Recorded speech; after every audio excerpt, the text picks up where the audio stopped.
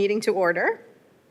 Welcome, everybody, to our very first official council meeting, November 21st, 2024. It's exciting to have this first meeting with our new council tonight. We have no regrets. We have a full complement tonight. Everybody is here, which is great. On the agenda, you'll see number 2, there's always an invitation to stand and move. So this is something that we've developed as a council. It's part of a policy. If you ever feel the need to get up at any point and move around, feel free to do so. You don't have to ask permission, just get up and move if you want to. Number 3, we have the approval of the agenda. So are there any additions to the agenda? Yes, Warden Albright. I would like to include a brief report as counselor for District Number 4. Okay. Councillor's report. So could we put that even after recognizing Argyle? Is that okay with everybody if we put that as number 7, Councillor's report? And if there's anybody else who would like to, if you have anything that you want to report on, you could at that time. That sound okay with everybody? Okay. So we will approve the agenda as amended. Conflict of interest. If anybody has a conflict of interest with any of the agenda items at any time, you can declare it now. Or if an item comes up and you realize you have a conflict, you can declare it at that time as well. Okay. Number 4 on our agenda, we have a presentation that will be online. So tonight we have a presentation by Siemens Canada, electric vehicles and charging stations. And I believe Mr. Scott Surratt is going to lead us through this. Hi, Scott. Hi there. Thank you, Madam Chair.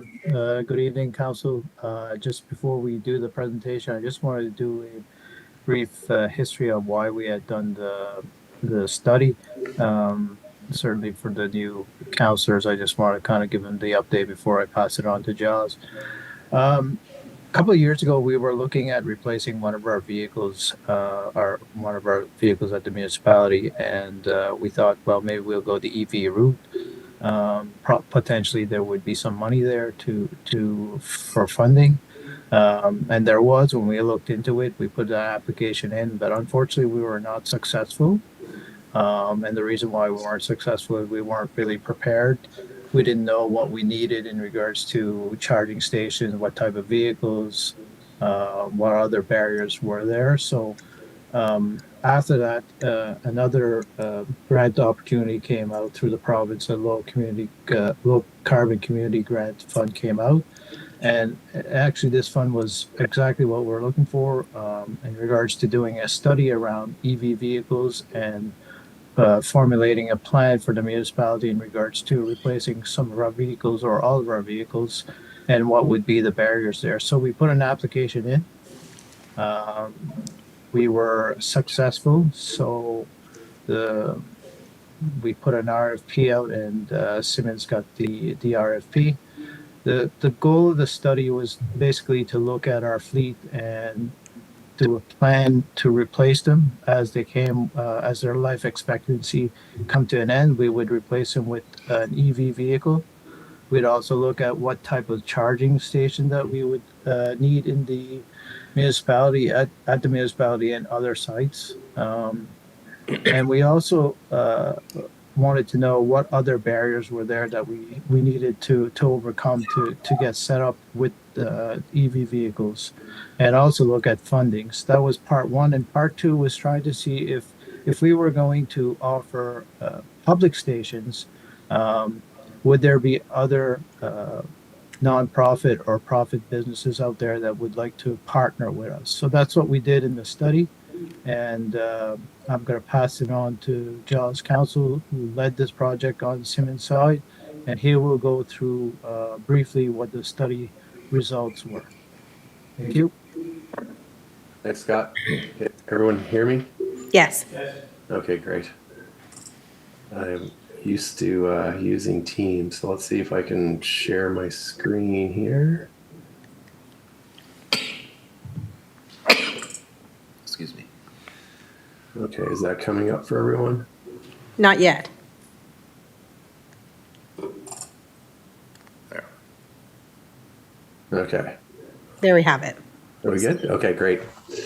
Well, thanks very much for giving us a spot to to speak tonight, and thanks again to Scott and his team for giving Siemens and my team the opportunity to work on this project. Got to know a fair bit about a region that's close by to me. I'm in Fredericton, but I didn't know a whole lot about. So it's been a good experience on that side as well. I don't know if people's hands can be seen, but if someone wants to just speak up if there is a question as I go, happy to take questions at any time. Okay, we'll let you know. Okay. So wanted to just give a overview summary of kind of the key points and findings that the work produced. There is a comprehensive report that Scott would have of both the kind of fleet analysis as well as the public charging.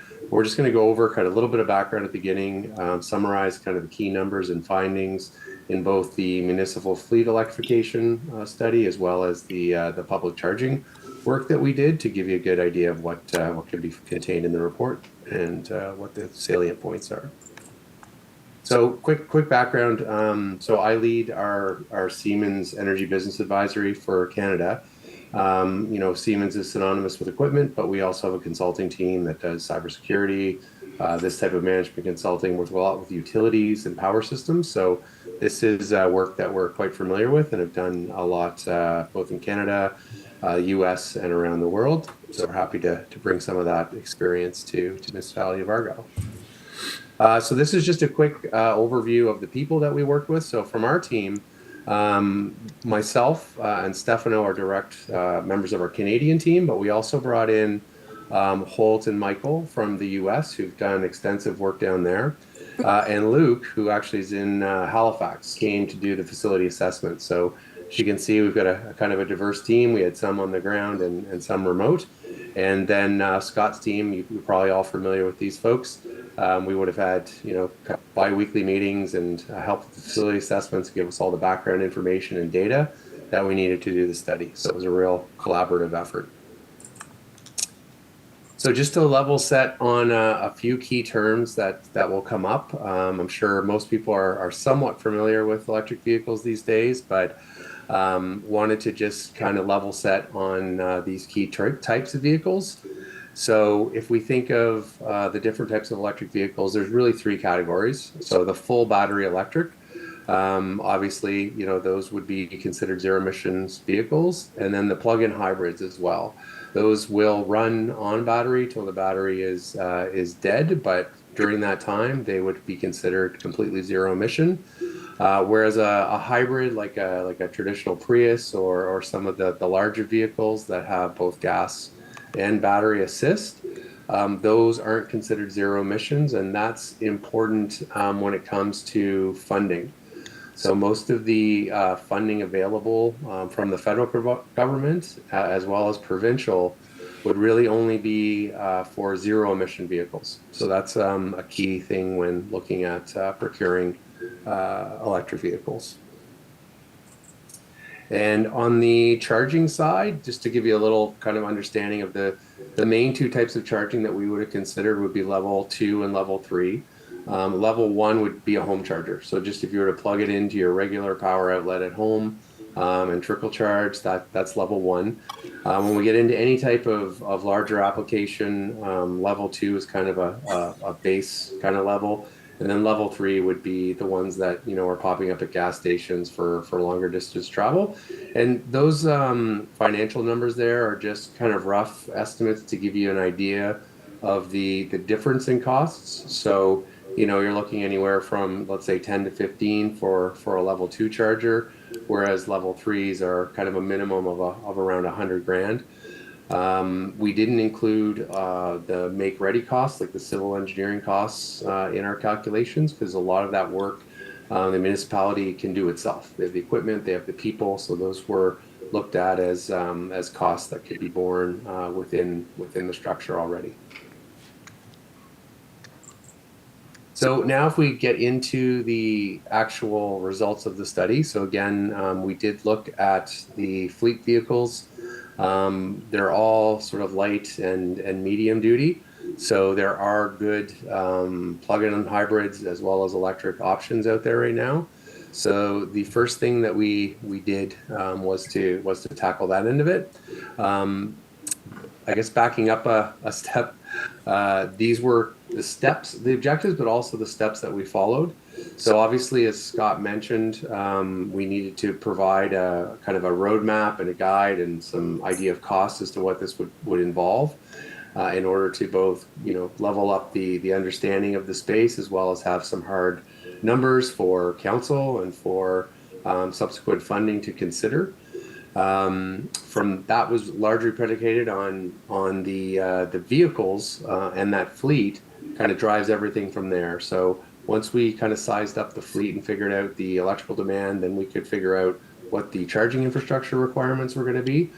And then after that, it's okay, great. We know that we need X number of chargers. It's this much demand. It's this much charging time. Where are we best suited to install these? And we identified sites with Scott and his team around the municipality, the two kind of main depots with the municipal offices and I believe the site on Courthouse Road. But then we also identified some other opportune sites where it made sense to add, and we'll go through what those are as well. We did do a fair bit of engagement with the municipality's team and got a lot of good insight there. And then we took all that and made we have different models and tools that we use to calculate total cost of ownership and come up with kind of the financial data that we're presenting here tonight. And the last part, as Scott mentioned, they did want to consider, what are some of the things that we need to think about in terms of public charging? What are the demands? Like, why should we be interested? As well as really getting some feedback from the community. So we had a public engagement workshop. I believe it was at the beginning of October, which was very insightful and lots of good sharing of information in that. So getting into the numbers. So if we look at the vehicles, the existing vehicles down the right, we were looking at these 7. And they range from, the vehicles the inspectors use to travel around. I believe those are the Ford Rangers. One, Toyota Matrix for the longer trips, but a lot of, pickups, F-150s, sort of pickup half-ton trucks that do the real legwork for the municipality. So these are the typical use cases, how they're used. The EV replacement, so we used a tool called Drive, which will take distance travel, the type of utility that they're used for, a bunch of other metrics, and it will suggest current vehicles that are on the market. So I think we'd suggested there's probably over 20 different options, some of them ranging from really expensive, like the Rivian trucks, and then all the way down to plug-in hybrids. But these were the ones that sort of fit the budget, were right for purpose, and kind of met all the requirements of driving. The big thing there being range. And as you can see there's 2 ranges. These are the sort of published range, but then knowing that a lot of the work will go on in the winter, we adjusted the range for weather. So all of our data would be based on, the regional environment and local considerations. So these were the middle replacements there, the ones we came up with. So only one, the Ram Charger, that's the only plug-in hybrid that we identified. The rest are all full battery electric. And the reasoning there was, again, that one is often used to plow snow. So has a heavier load, also probably more mission critical. So having that backup fossil fuel generation is pretty critical. But with the rest of them, we found that these vehicles are more than adequate for the jobs that they do today. So these are the different locations listed across the top. So the municipal offices and then the vehicle maintenance shop, like the one at the Courthouse Road, those are where most of the vehicles return on a daily basis now. So those were the 2 main sites that we looked at. Scott's team also wanted to ensure that there was, not situations that could arise where we may have to wait for a charger or, like we said, in the winter, maybe we're towing loads. So the two wastewater treatment plants seem to be ideal locations to add an additional one in case, again, there's a need for a top up at some point. And then finally, the Argyle Courthouse and Archives, that seemed like a good kind of centralized location that was municipally owned where there might be an opportunity for a shared public-private charger. So the top ones were the number of chargers, as you can see. And with the municipal offices, we also envisioned potentially putting a public charger there as well. Future when these roll out, but it seemed like a good spot and also gives that kind of visibility, and people obviously come to the municipal building frequently. The rest of it really talks about the number of ports, the amps and the size, but the number of chargers kind of is a good indication of kind of what we landed on. And these are all level 2. So what does it mean from a dollars and cents perspective? So this would be kind of the CapEx view. This would be your capital investment required. So in terms of the vehicle replacements, the $363,000, that would be the cost of the electric vehicles. That does include the current incentive, which is a combination of both provincial and federal money right now. So that works out to $8,000 per vehicle. We did our study with the current perspective. We don't know how things will change. They may not be incentives. The price of cars may come down. So it's kind of a good point in time view, but obviously conditions could change depending on adoption and different considerations. And on the infrastructure, you can get up to 50% of infrastructure costs. So we would have factored that into the cost of the chargers. We wouldn't have included that for the make-ready costs. But it gives a good understanding of, if we were looking at electrifying our current fleet, this is what that investment view over 10 years would be. Now, we did this replacement on the bottom. The graph indicates the timing of both the vehicles and the chargers. And it's really based on the current planned end of life of the vehicles. So we aren't proposing to sunset any vehicles early. We'll get the expected value from those vehicles. But as they reach end of life, this would be the replacement schedule. You may consider, if the cost makes sense, doing some sooner rather than later, but our view was to do it at the end of life. If we now look at kind of the operational costs, so what we have here is we're looking at this in terms of the net present value of the vehicles themselves, and so the total cost of ownership over 10 years. How does that compare to if we didn't choose electric vehicles, if we went with the same type of vehicle replacements?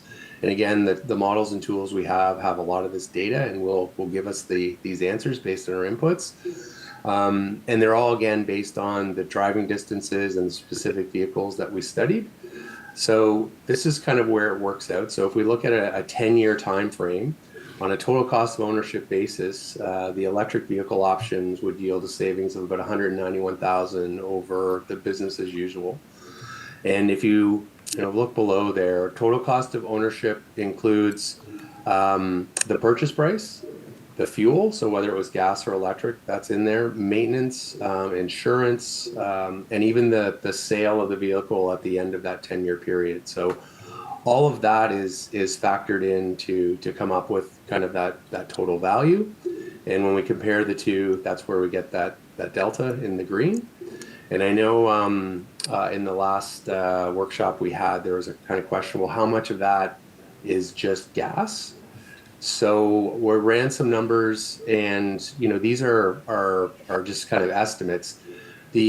At the bottom, so on a 20,000 kilometer per year vehicle, which would fit the F-150s, and I think also those Chevy Equinox, they're both 20 to 25,000 a year.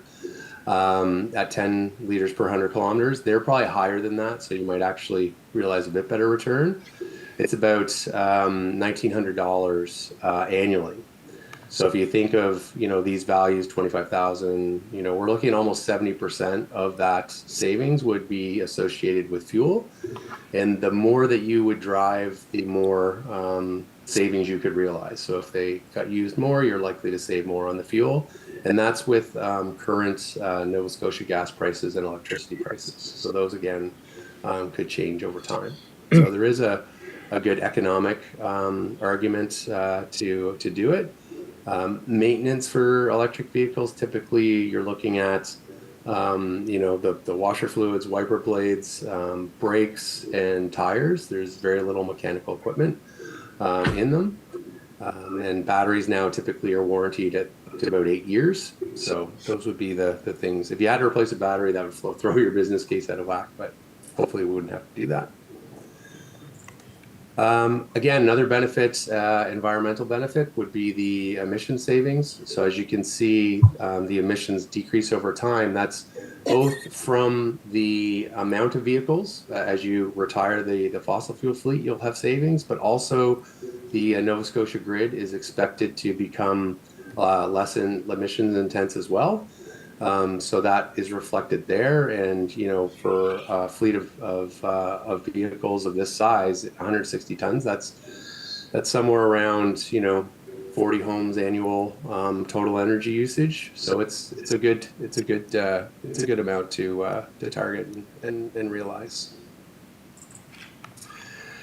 So if we shift then to the public side, so why would the municipality be interested in public charging? So these are numbers that we gleaned from the government of Nova Scotia and other studies. And this shows kind of the number of electric vehicles registered in the 2022-2023 year to June, and then the subsequent year, 2023 to 2024, which is the last year. And you can see almost a doubling in terms of the number of registered vehicles. So again, this is also including hybrids. So it's not just the zero emission, but that's a very significant jump.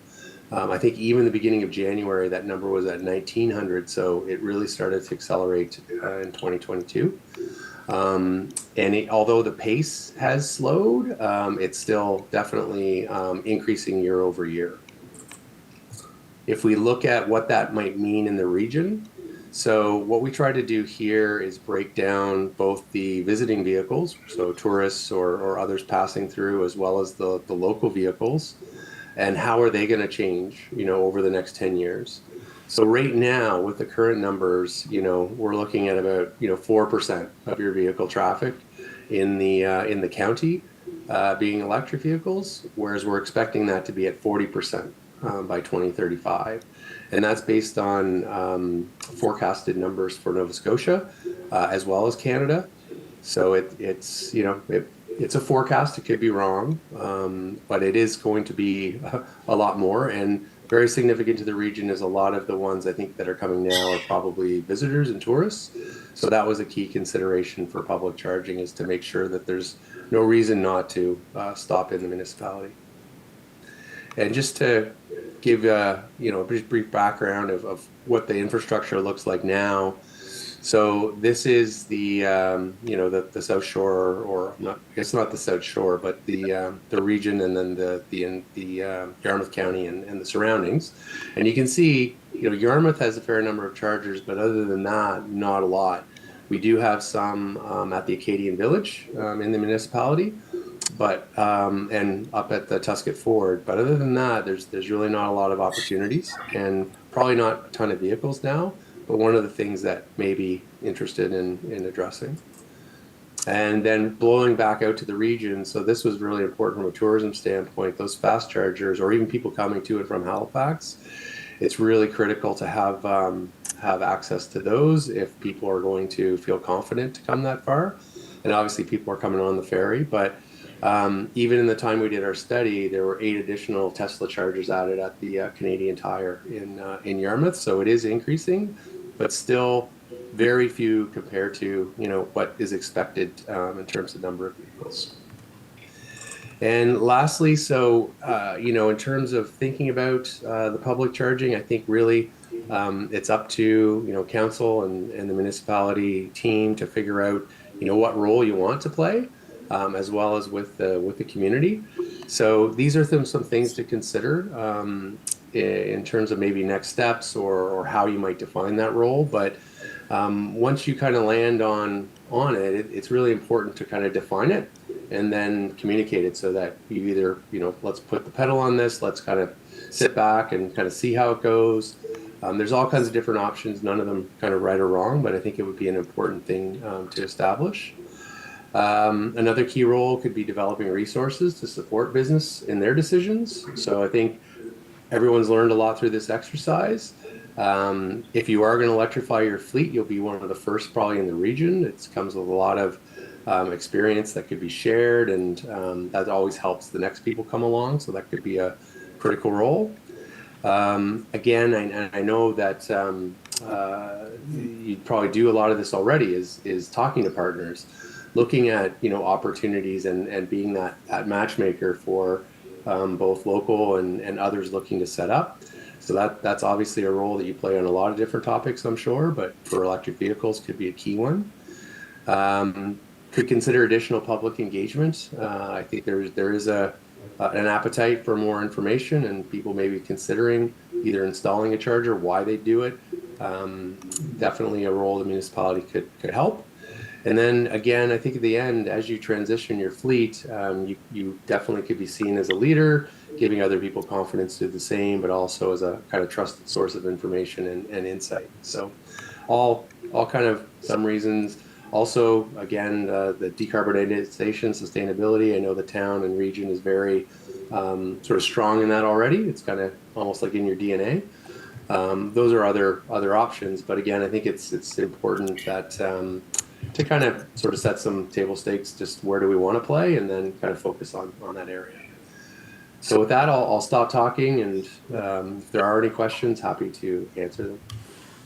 Thank you very much for the information. Do we have any questions? Any questions or comments? Okay, I'm going to start with Councillor LeBlanc. Thank you, Warden Albright. Regarding the chargers, Yes. are they a universal charger? So for example, I know you mentioned like Tesla. I assume Tesla has a different type of charging unit than all the others. Are all the others a universal charger so that at some point when these cars are switched over and new ones purchased, does the industry use that? Yeah, I mean that's a great question, because even with my iPhone, the new chargers don't fit it either. So what we're seeing now is a bit of a consolidation. So there would be 3 major charging standards that are out there in North America. The Tesla one, I think it's the NACS. That they've called it the North American Charging Standard, and Ford and GM and some other makers have adopted that now. So their older vehicles don't have it, but the new ones will. There's 2 others, and the names are like Chatamo and this other one. But basically, there's 3. Most of the public charging outside of Tesla, if you were to go to like a Flow Network or some other ones around, they usually have one of each kind. And on the Tesla ones, the vehicles that like a Ford or whatnot are now providing adapters. So it's likely you're going to still have a combination and a series of adapters until kind of one emerges as being the best. But like with any technology, it will constantly evolve. And I do think the adapter route is probably going to be with us for the next several years as things kind of shake out. Okay, and just to follow up, what is the life expectancy of a charger?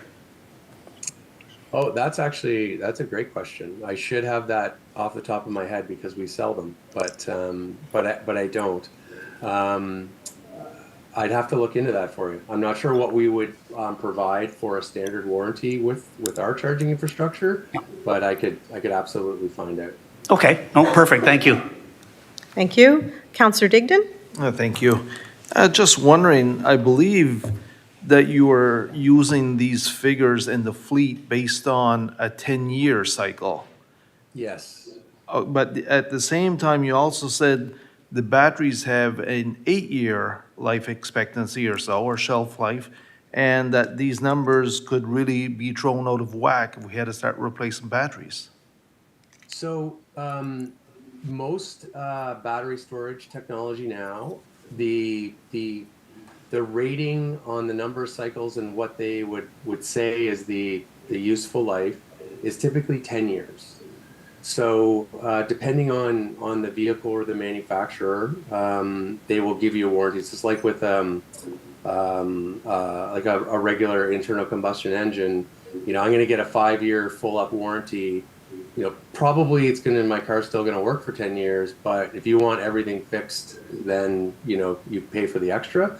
I just bought one not long ago, a Ford, and it came standard with an 8-year battery warranty.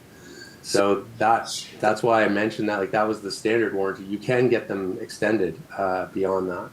But a typical battery life cycle, so any of the bigger batteries and any kind of time you're doing a financial life expectancy, they'll usually say that they're going to be at, let's say, 80% of their original charge after 10 years. So they may last a lot longer, but they'll usually try to benchmark them for a 10-year lifespan. And how you drive them, just like with your regular car, how you charge them can drastically affect the lifespan. Thank you. Thank you. Deputy Warden Saunier. Thank you, Warden. My question's in line with Councillor Dignan's. The first question is a twofold question. Alain, how long is our life expectancy for vehicles now? How often do you trade a car? 6 years, Right. 7 years, 8 years? It depends. It depends on the nature of the vehicle and the use. So we've managed to extend or have a life that is a minimum, I would say, of 8 years. We typically don't get a brand new vehicle as well, so that can factor into its useful life. Things heavy duty like the plows and everything, like often have to have replacements if we're actually replacing a plow this year. I think other vehicles that are less hard in terms of being used, it's 8 to 10 years, I suspect. And we've seen experiences where it's exceeded that. So it depends, but it's not 5, it's like 8, 10. So with that information, if we get electric vehicles, we're running into that 10-year beyond the warranty of the battery, and those batteries are super expensive. And even if we sell this vehicle, we're selling it with a battery that's at the end of life, which are super expensive. So the price we get for a second-hand electric vehicle would not be much, would it be?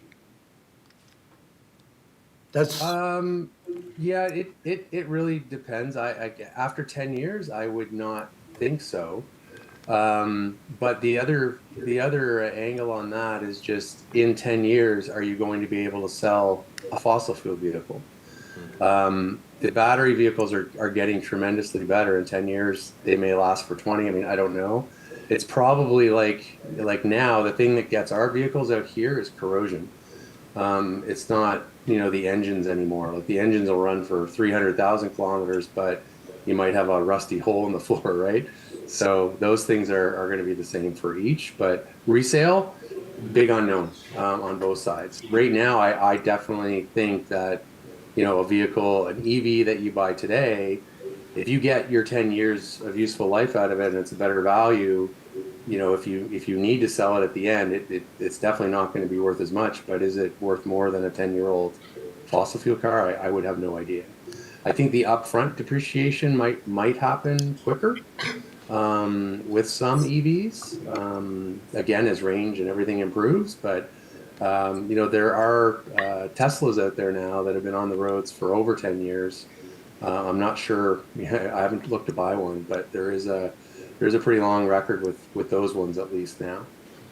yeah, I think I would be reluctant to buy one without having hardcore numbers, but thank you. We have another question from Councillor Boudreau. Thank you, Warden. I used to work at Ford here in Tuscany, and the life expectancy was like 10 years, like you mentioned. And the battery cost would be like $10,000. Is it still that expensive? I would think your battery costs would be a lot more than that, to be honest. I think to replace the batteries that are out there now, you'd be looking like probably 20,000. Oh, okay. It's a significant part of the vehicle. Okay, thank you. And just a question for Ala. How many kilometers ballpark figure do the vehicles here a year on a yearly basis? Oh, wow. We have that. I can show you. Okay, yeah, I would be speculating, but I think the team obviously has considered that as part of their process. While we're waiting for that information to be pulled, obviously there's some heavy use vehicles and some lighter use vehicles, right? So we have vehicles. I will say, generally speaking, we have vehicles for senior safety coordination. Then we have plow vehicles, right? Yeah, And we yeah. have and things in between. So, yeah. Sorry, I deleted that column just before we had the relative driving ranges. So yeah, So the mileage. got rid of that. Sorry. That's all right. Okay, that's fine. I don't have that information readily That's- available. yeah. I can give it to council after. We can get our director of operations to send it to you, but because he deleted it, the answer is zero. There's zero mileage. So most of them. So I know like those Ford Rangers, they were about 20,000. The Ford F-150s, I think we had them between 20 and 25. I don't remember the Ram, and the Bolt was, I think, the longest one because I believe that's used for long distance travel. But it was, I think they range from 15 to 25 on average. Yeah, I think so. I think that's what we had, Joe. Yeah. Okay, that's not bad, actually. Okay, are there any other questions on the presentation? Okay, seeing none, we want to say thank you again for the comprehensive report. I'm assuming that Scott has access to that report so that if we, when we come back to this, we'll have those figures to look at again. Okay, perfect. Thank you very much. We appreciate you taking the time to come in and speak with us tonight.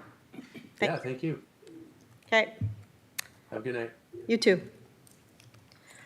Next on the agenda, number 5, we have adoption of minutes. So we have 3 sets of minutes. So the first set of minutes, October 10th, 2024, was regular council meeting minutes. I'm assuming you've had the chance to look at them.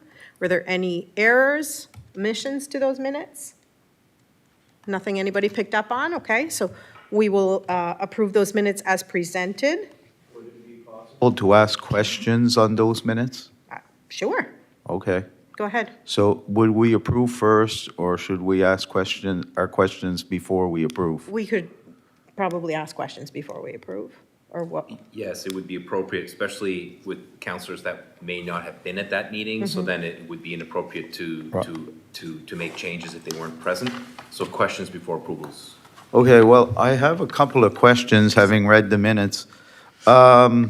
With regard to the offshore windmills, and I'm not sure if anybody here knows the answer, but I'm wondering, they're talking about putting all these windmills in coastal waters, fishing banks, where our fishermen go. I wonder why nobody talks about putting them on all the islands that are off our coast.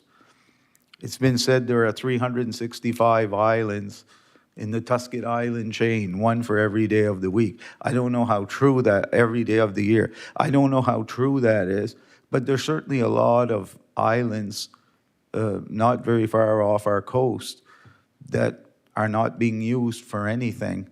And I'm wondering why they would have to go in the water and restrict fishing activity when they could be on top of an island and not causing that much disruption. I don't know who would like to talk to that point. Okay. Go ahead. Thank you, Madam Warden. I don't have a solid answer to the question about that consideration. The offshore, I can tell you that the offshore work, certainly not done by the Municipality of Argyle, and our input on it has been rather light. And I think that concern was raised by Deputy Warden and Sonia and others. around obtaining additional information from the federal government around what does this mean. That request was fulfilled. We did talk, we communicated with the MP, Donstrom, on the matter, and he is to come back to us with additional information.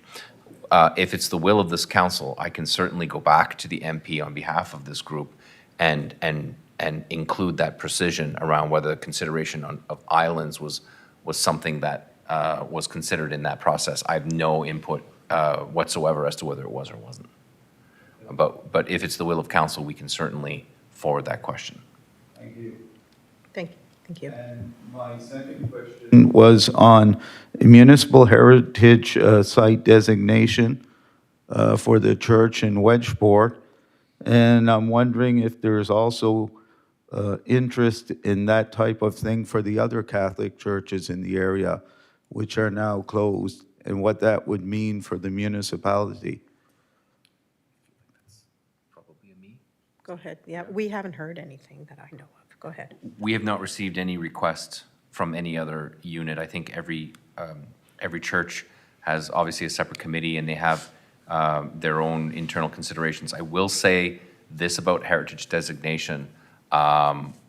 It's a bit of a double-edged sword, because once you designate a property as heritage designation, you're restricted upon which you can use that facility or improve that facility. So for those organizations that want to, let's say, sell or use the church for another purpose, it may not be in their interest to get that designation. It may be completely in their interest to get that designation. We have not entertained any requests other than informally through the Wedgeport Committee, and we've yet to have any sort of discussion on that at this time. Okay. Okay, thank you. Okay. Deputy Warden Sonia, did you want to add to the windmills? Okay, go ahead. This is just going to add to your first question on the windmills. I attended, which probably was the last open house meeting here in Yarmouth, and there was not a lot of people at the meeting. But anyhow, one of the main reasons that they're not considering islands is because when you put windmills on the ocean, you get much better efficiency. You can put bigger windmills, better efficiency. It's better for the windmill company, not for us. Right. I mean, we're not for it, but this is what they say, and I assure you they're probably correct that being on the water, they have a steady flow of wind, which is better than on land. That's the main reason, and there's no private property to deal with. It's all government, federal and provincial. Okay. Thank you. So those were the minutes for October 10th, 2024, regular council meeting. Everybody was okay with those minutes? Okay, so they're approved as presented. November 7th, 2024, our swearing-in ceremony minutes. Any errors, omissions, comments on those? Okay, the only thing that I noticed, on those were, it says invitation to stand and move. Did we do that night? Did we? It says that I reminded council that we did invitation to stand. I think it was probably copied and pasted, right? Because that's what we do. I picked up on that when I was reading them, so I just wanted to draw the attention to that. So it's inaccurate, ought to be deleted, is that what Yes. I'm hearing you say? Yes. We can certainly do that, if Okay. that's the will of this council. Is that okay with everybody? Okay. So with that deletion, consensus to delete that part, they are approved as presented. And November 15th, special council meeting minutes. Does anybody have noticed any errors or omissions? Okay, seeing none, those minutes are approved as presented. Number 6 on the agenda, recognizing Argyle. So this is for the new councillors especially. We have this as a standing item on the agenda right now, and what we do during this time is councillors have the ability to bring up something that's happening in their community. So if somebody's had a 100th birthday, you may want to recognize that. If somebody has done something outstanding in your community, you may want to recognize that. So it is on the agenda in order for councillors to be able to bring up that at a council meeting. So having said that, does anybody have anything they would like to share tonight for recognizing Argyle? Councillor Digdon. Thank you. I have a couple of things. The West Side Improvement Society has put up the buoy tree down at Dennis Point again this year. The lighting will be tomorrow evening at 6 p.m. That buoy tree has gained a lot of recognition over the years, and it takes a lot of people, a lot of volunteers to come together and put it up and make it happen. And also the gingerbread house has been set up at the musée along with the flagpole and the flagpole tree. The lighting of it is going to be on the November 27th at 6 p.m. And I would like to thank all the volunteers that spend countless hours each year setting up these trees and gingerbread house for all of us to enjoy. And I'd also like to wish all of the fishers a safe and prosperous season. Thank you. Anybody else? Thank you, Councillor Digdon. Okay, next we will go to the addition that Councillor Foster asked us to put in. So this is typically where it comes in the agenda, where if councillors have a report that they would like to make, we have committees listed, and typically we report on our committees. However, Councillor Foster, if you have something that you would like to report on tonight, you now have the floor. I'd just like to make a brief report on the activities, some of the activities that I have participated in since the election. I attended a community breakfast at Twin Village Social Club in Amiros Hill on November the 2nd. Warden Albright was there. I believe Councillor Digdon was there as well. Anyway, that is a good fundraising activity for the community. It's been very busy, as all of you are well aware, since the election. We have been attending, this is our first official council meeting, but we've been attending a lot of orientation sessions. Provincial orientation, November 4th and 5th in Halifax. That was followed the following day by our orientation here in Tuscott, which was on November the 6th. We met with our department heads. I had a lengthy private meeting with the fire chief for the Amiros Hill Hubbard's Point Fire Department, Mr. Jason Bork, and he filled me in on the latest with the fire department, and I'll be meeting with the full department at their meeting in December. I wasn't able to meet in November because I had other meetings. Obviously, our swearing-in ceremony on November the 7th, which was well attended by the public, and there's a nice article in the Vanguard today about it. Didn't get a chance to read it, but I know it's in there. I attended, and so did several other councillors, 2 Remembrance Day ceremonies on November the 11th. One in Tuscott that was held at École Secondaire de Panamba because of the weather, and this was followed by one that was held in Wedgeport.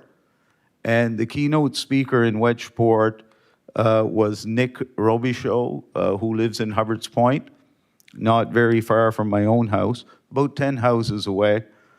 I received a phone call a few days later from Cyril Leblanc, who's one of the main organizers for the Wedgeport Legion. And he filled me in on the Legion, and it's amazing how successful the Wedgeport Legion is compared to other legions in Nova Scotia. They have 80 veterans. That's just amazing. Cyril thanked me for attending, and he was very pleased that I was there. I attended a community supper at the club in Saint-Anne-de-Ruisseau on November the 16th. Again, this is an opportunity to meet with the constituents, and I can tell you they're not shy when it comes to giving us advice and telling us how, what should be done and how we should run the municipality. But it's a good way to spend quality time with our residents. Well, there's other items here as well. such as our regional orientation at the Yarmouth Fire Hall, plus a few other meetings I won't mention. And finally, I attended a book launching on the history of Abrams River on November the 14th. The book is called Abrams River Then and Now.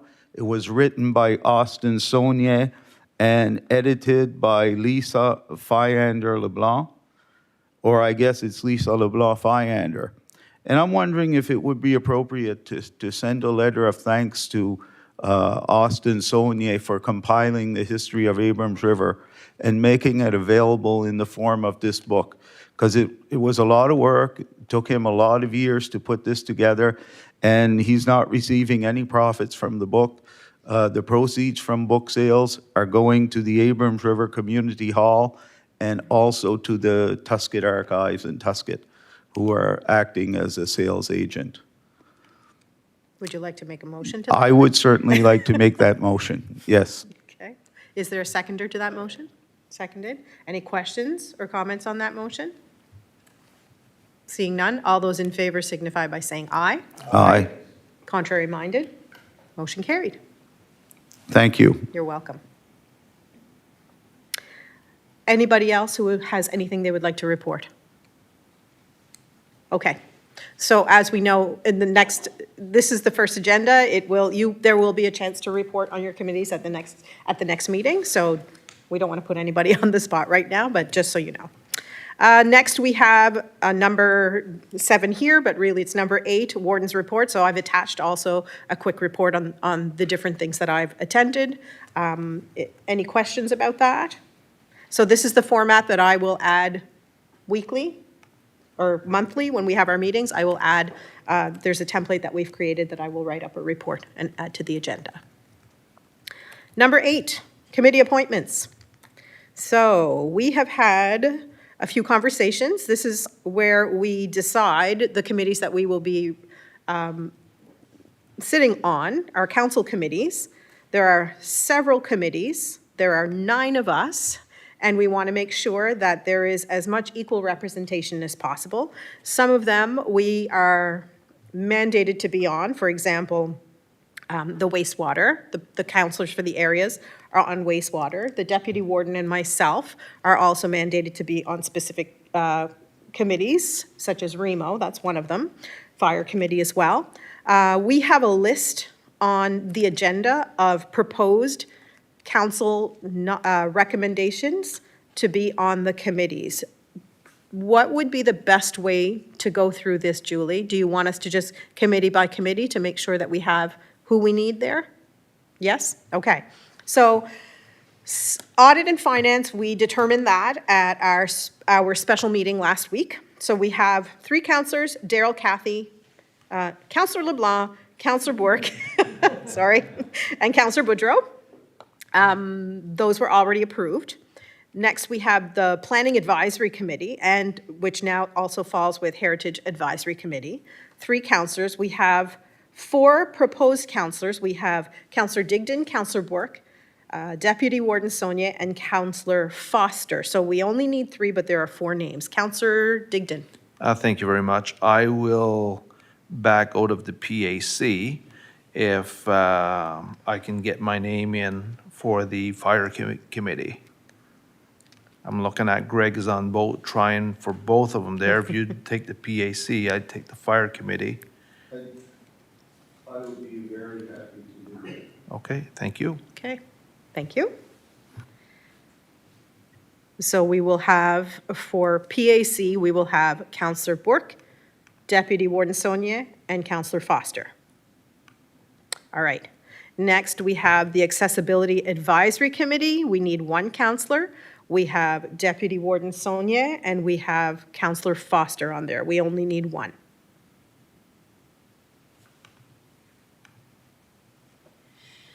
Go ahead. Deputy Warden Sonia. I'd like to stay on that one because I've said before, it goes hand in hand with recreation. And I am on recreation, so it kind of blends in. Okay. Councillor Foster? Yes, I would be very happy to let Deputy Warden Sonia remain on that committee, Thank you, Councillor Foster. and I'll cede my spot. Okay. So we have Deputy Warden Saunier for accessibility. Fire Committee. I will be on that one, and we need 2 counselors. So we have Counselor Digdon, we have Counselor Madden, and we have Counselor Foster. So did we agree that Counselor Foster will take you off of that one? Yes, that's fine with me. I think that leaves the right people on the committee because they have more expertise with fire departments than I do. Okay, thank you. So for Fire Committee, myself, Counselor Digdon, and Counselor Madden. Okay. Next, we have Recreation Commission. We need 3 counselors. We have Counselor Bork, Deputy Warden Sonia, and myself, so that works. Tusket Wastewater Committee, 3 counselors. We have Counselor Madden, Counselor Foster, and myself, and we're the counselors nearest to that area, so that works. West Pumlico Wastewater, 3 counselors. We have Counselor Bork, Counselor Digdon, and Counselor Sudet, so that works as well. Wedgeport Wastewater, 3 counselors. We recommend 2. It says Counselor Boudreau and Deputy Warden Saunier. Is that okay? Do we just need 2? Because it says For East, sorry, I missed the, Wedgeport oh, Wastewater. yes, Ooh, I it, don't know what I just did. 2 is fine. Sorry, I did that. yeah. Okay? 2 is okay? Yes, for that committee, because there's only 2, For there are that only 2 area, counselors in that that- are impacted by that. Okay. Yes. So East Pumlico, we need 1 counselor. We have Counselor Bork. Municipal Alcohol and Substance Abuse, we need 1 counselor. We have Counselor Madden. Carlton River Steering Committee, we need 1 counselor. We have Counselor Boudreau. For the Mariner Center, we need 2 counselors. We have Counselor LeBlanc and Counselor Foster. That works. Mariner Center Expansion Board, we need 2 counselors. There's myself and Counselor Surratt. Yarmouth and Acadian Shores Tourism Association, we need 1, and we have Counselor LeBlanc. Sorry, thank you. We have Yarmouth and Area Industrial Commission, we need 4 counselors, and we have 5. So there's myself, Counselor Bork, Counselor LeBlanc, Counselor Surratt, and Counselor Foster. Sorry, on the Industrial Commission, that was an error on our part. It should say 3, not 5. 3, okay. So there's plenty of names. Plenty of names. That would be one that I would like to remain on because that's a regional committee, and I feel like as warden, it's important to stay on that one. So we have Counselor Bork, Counselor LeBlanc, Counselor Surratt, and Counselor Foster. We need 2 of you. Counselor Bork. I've been on it since 2008, so I think maybe I can give up Okay, my All right. place. so we've removed 1. We need 1 more person to back out. Counselor LeBlanc. Thank you. I can back out. Okay. It's okay. So we have now on the Yarmouth and Area Industrial Commission, there will be myself, Counselor Surratt, and Counselor Foster. Okay. We did Yarmouth and Acadian Shores Tourism, Joint Police Advisory. We need 2 counselors. We have Counselor Digdon, Counselor Boudreau, and Counselor Bork. You withdrew for that one. Okay, so we're going to keep Counselor Boudreau and Counselor Bork on that one. Physician Recruitment and Community Navigator Oversight Committee. We require 1 counselor for each of those. I've been on that committee before, and I don't mind returning. I just wanted to offer the opportunity if anybody wanted to be on it. So I'm okay with putting my name back on that one, on both of those. Okay.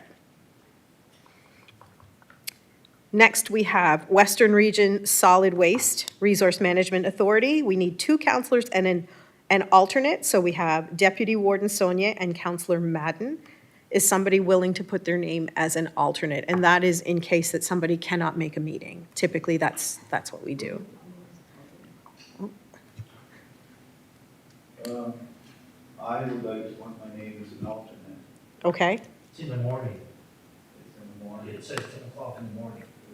That would be more difficult for me. Mhm. So maybe Councillor Bork would rather go on that. you'll be the alternate, or did you want to be the alternate? Are you If she sure? wants to be the alternate, go ahead, yeah. I can put my name as the alternate. Okay, Counselor Surratt will put your name as the alternate. Next, we have, we're almost there. We have the Western Counties Regional Library Board. We need one counselor, and we have Counselor Bork. We next have Yarmouth County Solid Waste Park Board, landfill. We need two counselors. We have Counselor LeBlanc, Counselor Bork. That works. Western Regional Enterprise Network Liaison and Oversight Committee, we need one counselor. We have Counselor LeBlanc and Counselor Surratt. Okay, so we are going to keep Counselor Surratt on that one. Next, we have the Yarmouth International Airport Corporation. We need one counselor. We have Counselor Digdon and Deputy Warden Sonia as the alternate. Counselor Digdon?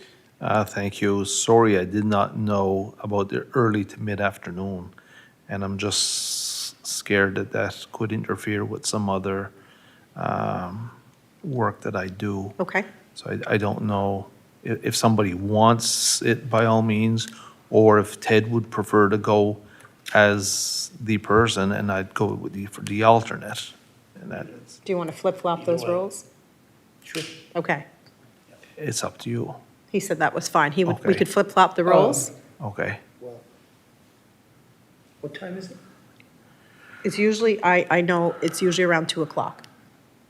Did you want to do that one? I can do that one, absolutely. And I can still be the alternate? Yeah. If you wanna Okay. Stay the alternate, and I'll take that. Okay, so we will have Counselor LeBlanc, and we will have Deputy Warden Sonia as the alternate for that committee. Thank you.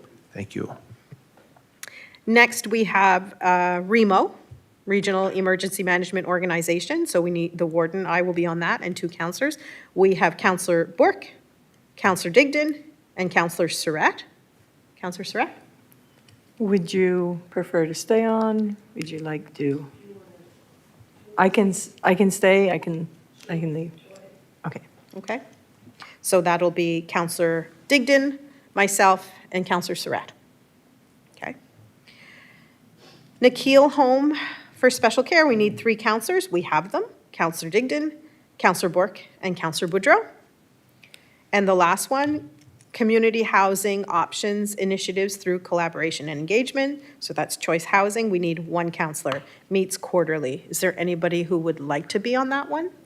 Okay. Counselor Madden. Okay.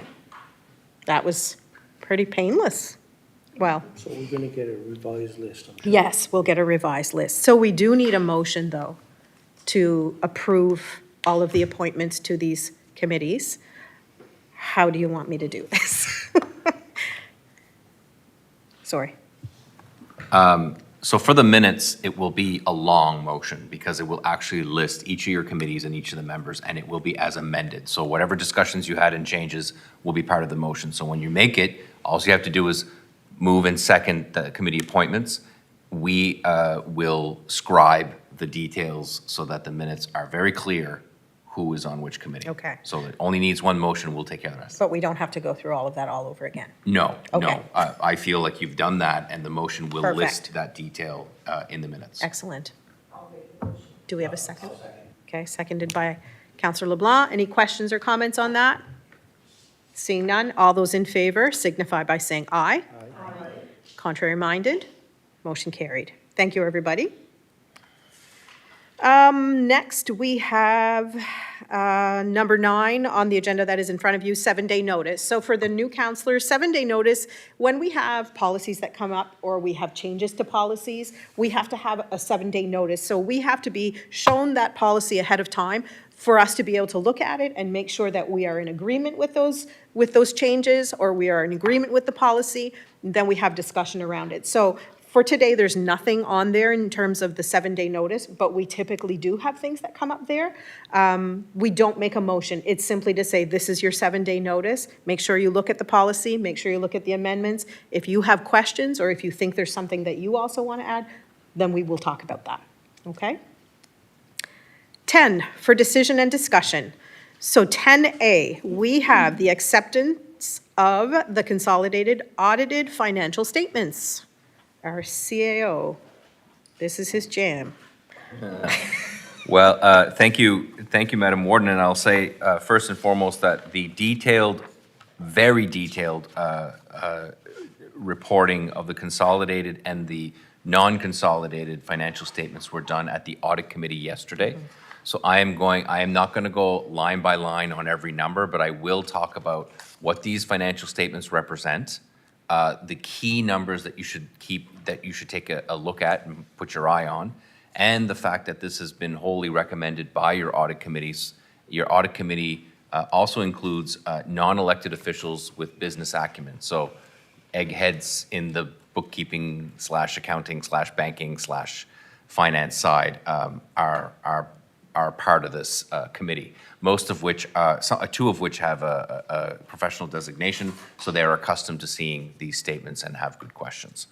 The purpose of the meeting of the audit committee yesterday was also to go through the internal control letter. I do not have a copy of the internal control letter here to present. We do discuss that at the audit committee meeting. I will say that every year we do have some deficiencies that they want us to fix, some of which we cannot or choose not to, because it would require us to hire too many people to solve things like segregation of duties. Sometimes auditors like for everybody to have a single job to do, and if you have one person doing too many things, it increases the risk of error or fraud, and auditors don't like that. So what we try to do is find the balance between appropriate amount of people, training different people to do different roles, and so this is a constant back and forth with the council. One of the biggest deficiencies that they found was that we need to do more in monitoring the internal controls of our subsidiary companies. So that's something that we're committed to do. We have a plan of action on how we're going to do that. It is a little complicated because it isn't our bag, right? It's their responsibility. And so our responsibility is more oversight, and we just need to increase our work around that. So there were two financial statements presented. One was the consolidated statement of operations, and one was a non-consolidated. I'm going to explain very quickly the difference between the two because we've got new people. The non-consolidated is what council will see on a regular basis, on a monthly, quarterly basis, mostly quarterly. You'll see, and within that, you will see the operating fund almost all the time. So the financial statements presented to council are typically, here are your tax revenues, here are your expenses, here's your surplus or deficit. But the municipalities have other funds, and they have other responsibilities. They have what we call a savings account or an operating reserve, and they also have a capital account, which is money saved for capital projects, which is required in order to get other people's money to support those projects. So the non-consolidated statement shows those funds separately. The consolidated statement, which is the one I'm about to go through, has all of those funds together as one. So it's basically saying, okay, well, you've got three pockets, but really it's just one pair of pants. So we're just going to show that one pair of pants with all of those pockets on it. And then it gets even worse, because what it does do after that is it takes all of your subsidiary organizations that you own a portion of, and it includes your portion of that activity in the consolidated statement. So the result of that is a very complicated report, and which is why I'm not going into heavy details today. That's the role of the audit committee.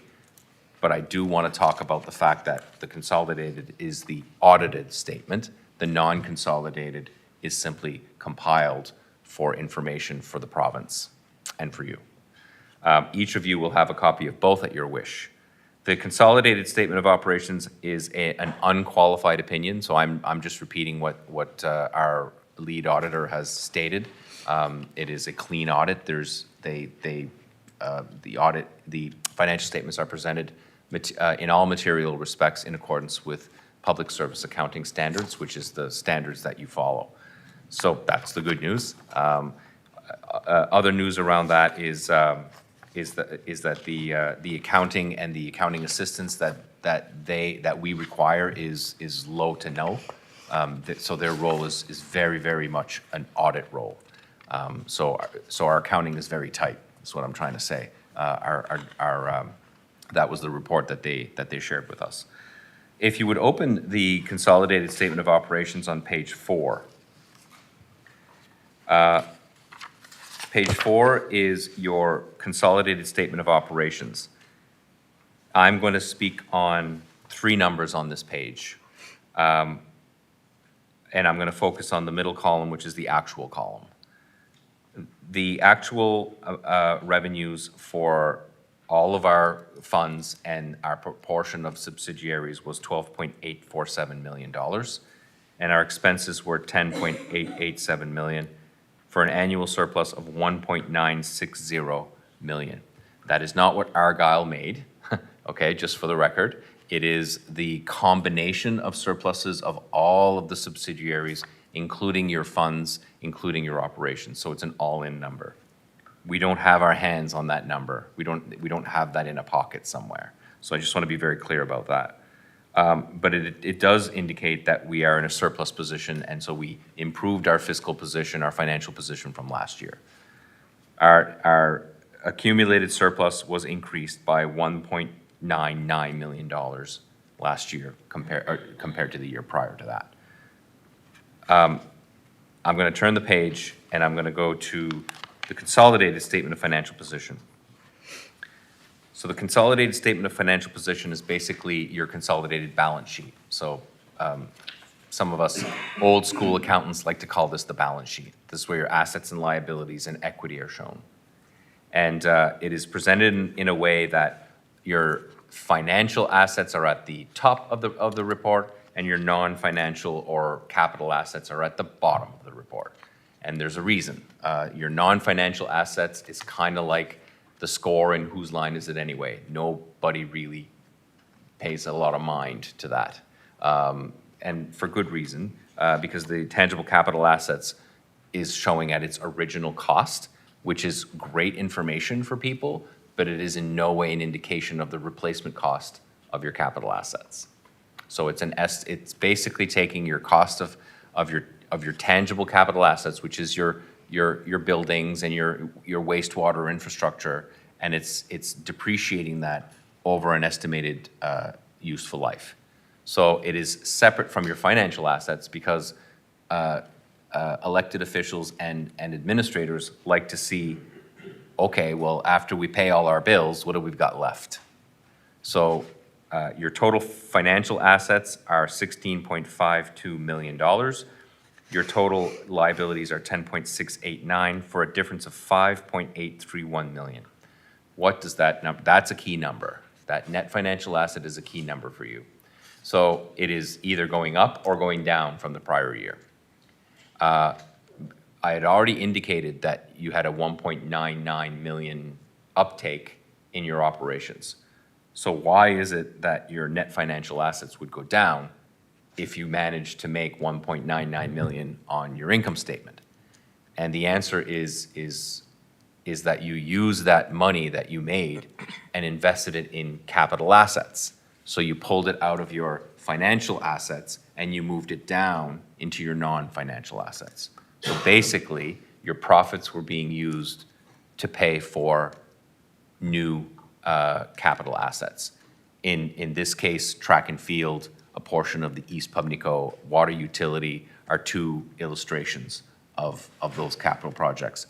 We can get you the detail, like this statement won't give you the detail that you want if you want to know all of the detail of where that money was spent, because we can easily get that for you in a separate document, and we will in the future. But that's basically why that number went down. It's not that we're less, it's not that we have less, it's that we use that money to put in tangible capital assets instead. So that's, and so outside of that, I'm not going to go through every page. after that. Those 2 pages are your main 2 pages. Our financial indicators from the province are set to come out. And when those indicators come out, you will also see what it means provincially when, so what the province does with this information is they put it in a format the same way for every municipality.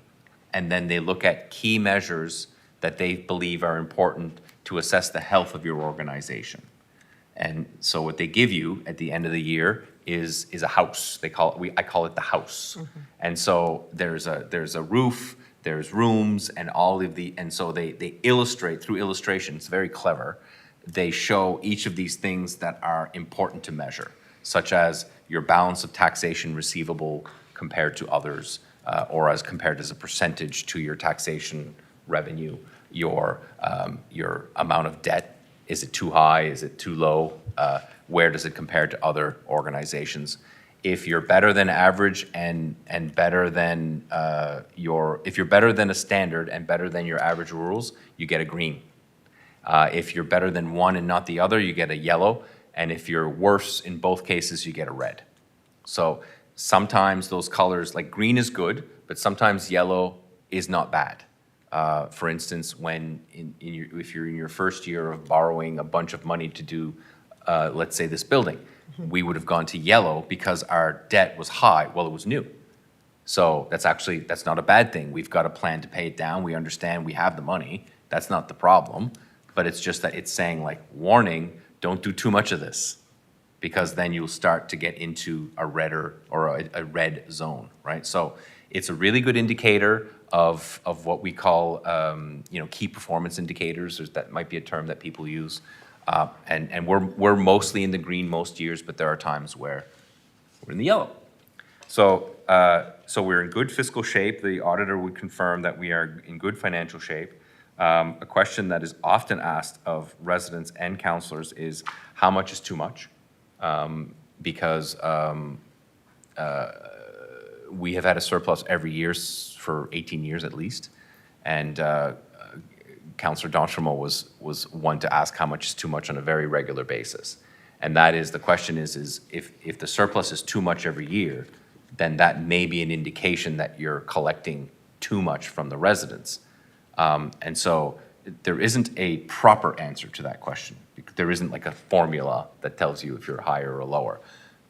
But what the municipality's policies is that the excess surplus funds go to the capital reserve. And the capital reserve is an important element to put money aside for the future.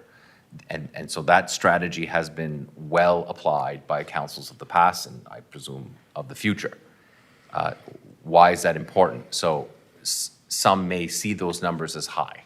And if we don't do anything with those numbers, it is high.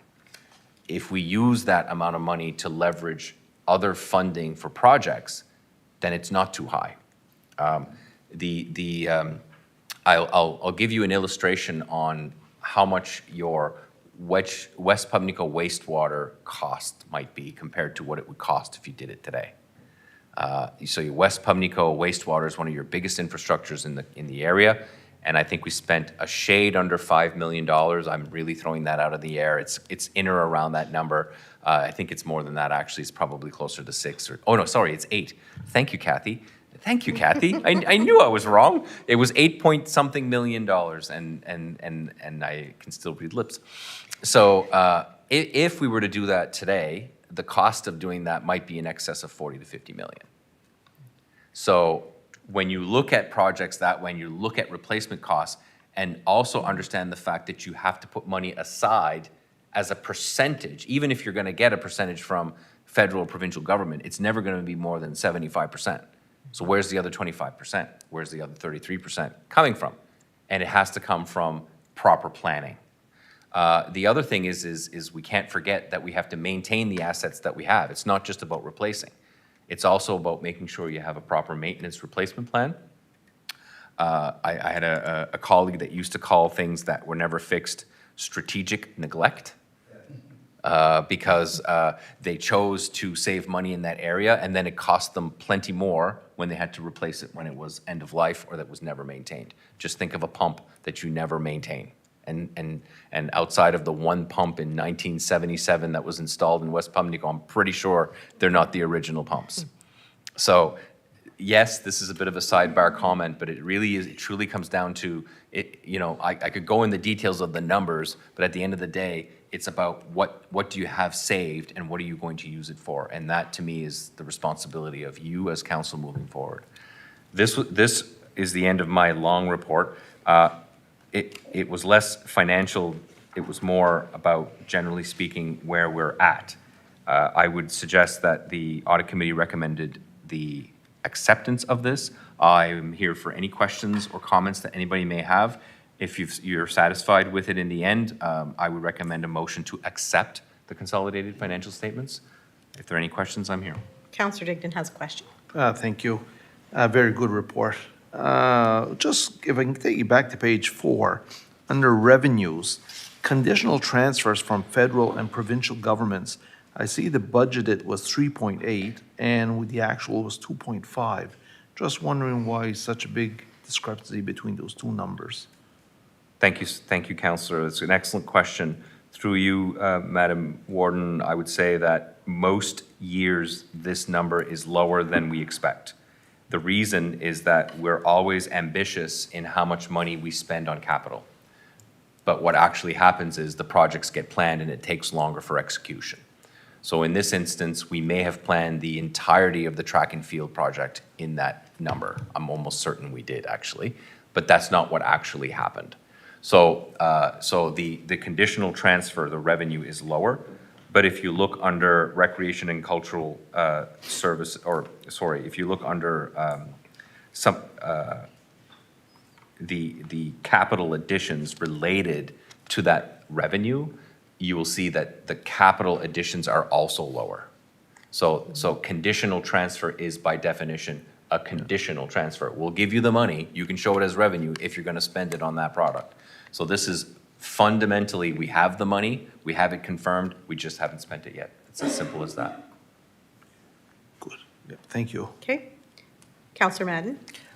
Just a comment, I'm looking at the date here. Is it customary to review this 6 months later, 7 months later, or did things change? Just curious why we're... Through you, Warden, excellent question. The answer to your question is no, this is late. This ought to be done before the September 30th deadline, which is imposed upon us by the provincial government. And I do want to illustrate the fact that there is a reason why it is late. One of the subsidiary companies was unable to perform the audit in due time. So our audit relies on the audit of the subs. So the subsidiary companies have to get their audits done, and then their audits go up into ours, and then we only then can finish the consolidated. The consequences of not having it done by September 30th is that certain funds were withheld from us temporarily until we pass it through. This is why we actually rushed the audit committee as soon as we could get this going so that we could get that approval from you or acceptance from you. Thank you. Okay. Councillor LeBlanc? As a member of the audit committee, I would like to compliment Alain and his staff. Looking at this audit and having discussions with the auditors last night, it's a very clean audit. We certainly can tell that the staff and our CAO absolutely know what they're doing. And actually, I'm very impressed at these statements. And so I just wanted to comment on that and let everybody know, and to certainly compliment the staff on what they do. Thank you. I'll pass it on. Thank you. So we need a motion, if everybody is okay with this audit, we need a motion to accept it. Is somebody willing to make that motion? Okay. Moved by Councillor Bourque. Do we have a seconder? Seconded by Councillor Foster. Any other questions or comments on that? Seeing none, all those in favor signify by saying aye. Aye. Contrary minded, motion carried. Thank you. Next, we have Canada Community Building Fund. There are 3 attachments on the agenda. The first attachment is our letter from the minister. Next, we have the actual funding agreement. And the last attachment is our request for proposals. So this fund is what we used to call the gas tax fund. So this is a fund, there was an agreement that was made with us, and the agreement has expired.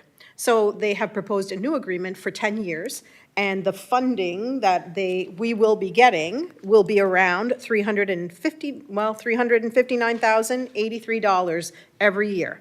So in order to get these funds, we have to sign this agreement. There are stipulations as to what we can use this money for, which is, they were all listed within the documents.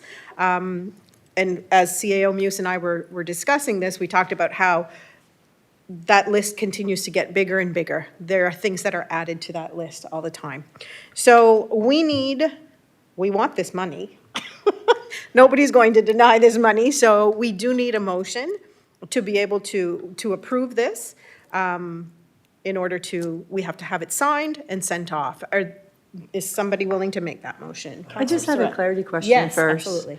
So on the original letter, the first attachment, it says CTBF is a 10-year agreement that will provide over millions in the first 5 years. So what happens, what is that 5-10-year distinction in that letter? What does that mean? Do they renegotiate after? They reassess the amount. Reassess. So It's not that you won't get the amount, they just it's just, it reassess. may go higher, may go lower. This is the amount we'll get for the first 5 years, and then they reassess what we'll get. Great thing.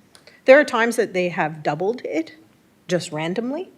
So we like those times when that happens. Any other questions? Is somebody willing to make a motion that we approve? Okay. Moved by Councillor LeBlanc, seconded by Councillor Boudreau. Questions or comments on that motion? Seeing none, all those in favor signify by saying aye. Aye. Contrary minded? Motion carried. Next, we have Provincial Order Code of Conduct. Again, we have 3 attachments. So there is a committee that has been working on a revised code of conduct for council. And we have our own code of conduct as well. They have to, the provincial code of conduct is the one, it's like the big one that we have to follow. However, ours should be reflective of it. There are some things that were noted that are not necessarily in the provincial code of conduct that we may want to add to our own code of conduct. And one of the things that we had talked about was if somebody makes a claim against a councillor that is false, that is, what's the word you used? What is it? Knowingly vexatious, Knowingly vexatious. intentionally lying. Intentionally lying. So if somebody makes a complaint against a counselor, there is a third-party investigator that has to come in and investigate the complaint. So we, as counselors, will have to hire somebody to actually be that third-party investigator. So right now, the provincial code of conduct doesn't address the vexatious, is that right? Yeah. The vexatious claims. So we are looking at possibly amending our own policy as well in order to add more language around that feature. We do have to approve this. It's kind of a formality. We don't really have any choice around this. However, it's also, it's recommended that we approve that we amend our own policy, our own code of conduct policy as well. I see that. Deputy Warden Sonia, you have a question. Thank you. I've gone through this and I kind of like what I see. However, I like this third-party investigator. I think it takes a lot of weight off local staff and councillors. However, in the end, the investigator brings this back to council. And the person, let's say, that breached the code of conduct can ask to defend himself and therefore present himself to council, making us kind of judge and jury. I'm a little uncomfortable with that. I don't know that, I mean, when I look at our council table, I don't know if I can pass judgment. That might be some conflict of interest is what I'm trying to say here. I don't know what the fix is. Maybe a stringent protocol that every councilor understands. I am not certain. I have a few ideas. It would probably take too long to say right here. But I think it's something we need to talk about. Because if we're gonna, pin our council against one councillor, it's gonna be a difficult thing to do. Yeah, so, thank you. Thank you. Counselor Surratt. Thank you. I guess a point of clarity, because we do have two attachments, two different code of conducts, the provincial one and our municipal one. Does one override the other? So in taking Councillor Saulnier's comment, can we put that in our own policy and that then overrides the provincial policy? I'm not sure exactly how that works. Provincial policy, is that the one? Well, we would create our own, though. Go ahead. Sorry, go ahead. So step one is today, which is a motion to accept. We don't have much of a choice, really, to accept the code of conduct imposed on us by the province. You're correct, there are two policies in the attachment. The provincial policy will be the one that we will use, so that we will have to repeal the code of conduct that is the municipal code of conduct, and we will be replacing it with the provincial model, with one exception. We have to abide by the legislation provided in here, but we can make it more stringent. We just can't make it less stringent. So the province is saying it's got to be at least this, but you can actually add more language to it if you choose. My suggestion is that you would accept it now, and you would wait. You would accept the policy of the province by motion, and then we would create policy. We would have to create policy to replace the old one. Okay, but that may not be your final. So my suggestion is that you would take it verbatim as your new policy and amend it after the training is completed. Yeah. Because there's supposed to be training for counselors in January or February, and after that you might have more insight as to how to amend your policy. So from a practical perspective, motion today, and then the policy gets drafted, and then you repeal one to replace it with the other, and then you would amend the provincial one in 2025. Does that make sense? Okay. Okay. Any other questions? So we need a motion. The first motion that we need is to accept this provincial code of conduct. So is somebody willing to make that motion? So it is moved by Councillor Surratt, seconded by Councillor Bourque. Any other questions or comments on that? Seeing none, all those in favor signify by saying aye. Aye. Contrary minded, motion carried. We need another motion to repeal our current, or do you want to wait on that? We don't have to do that at this time. Okay. We will indicate to the province that the motion's been made. Okay. And then at the next meeting, you'll have the notice period. Perfect. That you'll be able to do that. Excellent. So that's all you need for us Yep. right now. Perfect. Next, we have a letter of support for the planning and development of upgrades to the beach area in Glenwood Provincial Park. So some of you are aware, and some of you may not be aware, but there has been a fair amount of upgrades made at the Glenwood Park in Argyle. And we don't own that park. That's a provincially owned park. So it did take a little bit of red tape to get through to be able to make some of the improvements. So there is an accessible kayak launch there now, and we have also added in a beach volleyball court in the middle of the park. There are plans to continue to make upgrades, and the next step would be, they did do upgrades to the beach, so when you go into the swimming area, but it's still not accessible. And we know that those public areas have to be accessible. So we're looking at making the beach area accessible. So in order to do that, there's been a lot of planning done, and Veridis, I believe, is the name of the company. The province has said that the Department of Natural Resources said they're good with our plan, but we need a letter of support. This is not to start construction, so we need to be clear on that. This letter doesn't say, okay, now construction is going to start. This is basically a letter of support so that they can begin planning this project. Okay? So how would we like to proceed? It would be good if we could make a motion to approve this letter. No problem. Go ahead, Councillor Dickton. I'd make a motion for a letter of support for the planning development upgrades to the beach area in Glenwood Provincial Park, Yarmouth County, Nova Do we have Scotia. a seconder? Seconded by Councillor Bourque. Questions or comments on that? All those in favor signify by saying aye. Aye. Contrary minded, motion carried.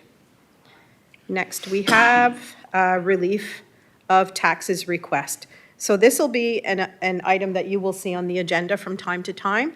Sometimes there are properties that just, for whatever reason or other, we are asked to relieve the taxes that are on them. Sometimes they are abandoned properties, sometimes it may be a property that burned down and there are still taxes owing, but nobody really lives there anymore. So we get requests like this every once in a while. So as you can see, there are a few properties on this list. Most of the amounts are quite minimal, but we're looking for a motion to relieve the amount of $89.12 in taxes. Okay, so it's moved by Councillor LeBlanc, seconded by Councillor Madden. Questions or comments on that? Seeing none, all those in favor signify by saying aye. Aye. Contrary minded, motion carried. Next, we have Wedgeport Wind Farm update. So Deputy Warden Sonia would like to give us an update as to what's going on with the Wedgeport Wind Farm. Thank you. Go ahead. Thank you. Before I start and give you the update, I'll give some background, some history for our new councillors. This project was started before I even became a councillor in 2020, and there's been a lot of studies done. It's very, very thorough. They've studied the winds, the directions, the force. They've studied plant life, animal life, bird life, both migratory and local. Everything from lichen, they've studied. They've done a huge report. I think the report's over 300 pages long. And in the process, there was I think at least 7 or 8 open houses for people to attend. And there was a lot of pros and cons. And of course, the pros, you don't need to say much. But I will say this about the pros: it will bring the municipality $700,000 per year with a 1% increase every year for, is it 35 years? 25. And there's also a fund, $80,000 fund for the communities affected, such as District 2 and District 3, Wedgeport and Comoes Hill and area. Anyhow, the cons had to be addressed, and most of it had to do with the flicker, the shadow flicker from the blades. A lot had to do with the visual aspect of it, and more importantly, the noise. People are afraid that there might be too much noise. So we're going to do our best to control that. And one of the ways they're going to do it is to have local people that work on these windmills will be here, stationed here for good. This project is too big for not to have people on site. So if anything goes wrong, supposedly it'll be shut down immediately. It's a big project. I mean, these windmills are going to be in excess of 600 feet, which is almost twice the height of what exists there today. Anyhow, people were a little reluctant to accept at first, but they have. And we're going to do our best to make sure that nothing happens. Anyhow, to cut long story short, to get to the update, which I attended a meeting last week. It was an open house, again, as it was before. Anybody was welcome. The project has been delayed for another year. It was supposed to be completed in the fall of 2025. Now it's only going to be 2026. And the reason for that is they had an ongoing project, and it wasn't complete, and they thought it best to finish that project before continuing into the Wedgeport one. As well, they had a lot of trouble getting people to sign off on the property for the easement of the transmission lines. They had, I think, upwards of 70 landowners to go through. It's a normal problem, but it still takes a lot of time. So that's all in place, and next summer, starting this winter and this spring, at the end of next year, they're supposed to have all the all the roads in and all the foundations. And in the spring of 26, so yes, 26, they will begin installing the windmills. So that's the update. Thank you so much. Any questions for for Deputy Warden Saunier? Counselor Foster? Yes, I do have a question on the map that you provided us with. I'm wondering what those green spots are, lime green spots on the map? Let me access it.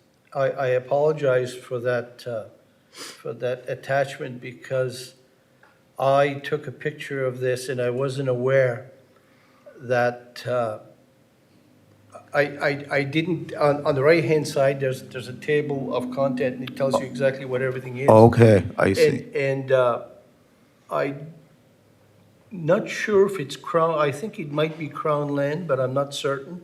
Oh, okay. It's one of two things, Yeah. Councillor. It's either crown land or it's ecological land. I can't recall either. The one on the Como's Hill side is a bird sanctuary. Yeah. Yeah. So I'm guessing the other ones are all similar. Again, I apologize for this picture because if I'd have known we were going to use it, I'd have done a better job. No, that's fine. I think the answers that have been offered by the CAO make a lot of sense. Thank you. Thank you for the update. Next, we have, let me see, policy amendment request. This is me. So last week, a couple weeks ago, the CAO and the deputy warden and myself, we had a little meeting just to kind of talk about things and, concerns. And for me, one of the things that came up was presentations. We get presentations. Sometimes we make a decision at that time. Sometimes we defer the decision until another meeting. Sometimes we get presentations and we never hear again about the presentations. And I sometimes sit back and wonder, whatever happened to that? So I had asked the CAO if it was possible to, first of all, not be forced to make it an on-the-spot decision when we get a presentation. So I had said, is it possible that we get a presentation at a meeting like this, and then at the next meeting that we have, it comes on the agenda, and at that point, we have time to think about it, we have time to process what we've heard about it, and then at that second meeting, we can make a decision about the presentation, or not, or maybe we do not decide to purchase or supply money or whatever it is that they're asking for. I just felt like our process wasn't always consistent, and there are some times that we've had presentations on things and we never hear about it again. And I feel like if somebody is taking the time to come in and make a presentation to council, we owe them the respect to at least bring it up again and at least decide, are we going to move forward with it or not? So that was something that I was thinking that maybe would be a positive change for our agenda. That was just consideration that I had made. I can't make any motions though because I'm chairing. Councillor Bork. Okay, thank you. So are you saying that when somebody comes and does a presentation to us, and they're requesting, they could be requesting just a letter or they're requesting money, so we shouldn't be making a motion that night of anything, bring it back to our next Yes. council meeting, and anything, whatever, if it's just a presentation, something should be like a feedback, like Yes. something back. Is that what you're saying? That's exactly what I'm saying. Yeah, so I every feel- presentation that we have, it should come back whether we're accepting or we're not. Right. Sometimes, like tonight, we had a presentation. There's no financial request at this point. It was for information. It can even come back on next week's agenda. That way, if we've thought about it and we have more questions, we could have a discussion around that. Because some nights we get a presentation and I know I'm a thinker, I like to think on things, and in that moment, I don't always have the questions, but I think about it later on, and right, I may want to ask another question about it. So the thought was to put it on the next agenda, so either we accept the request that if they're making a financial request, we can accept it or not accept it at that time, or we can just have a conversation about a presentation that was made.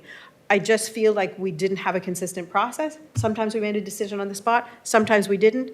It really wasn't fair to everybody who was making presentations. That was kind of the direction that I was heading.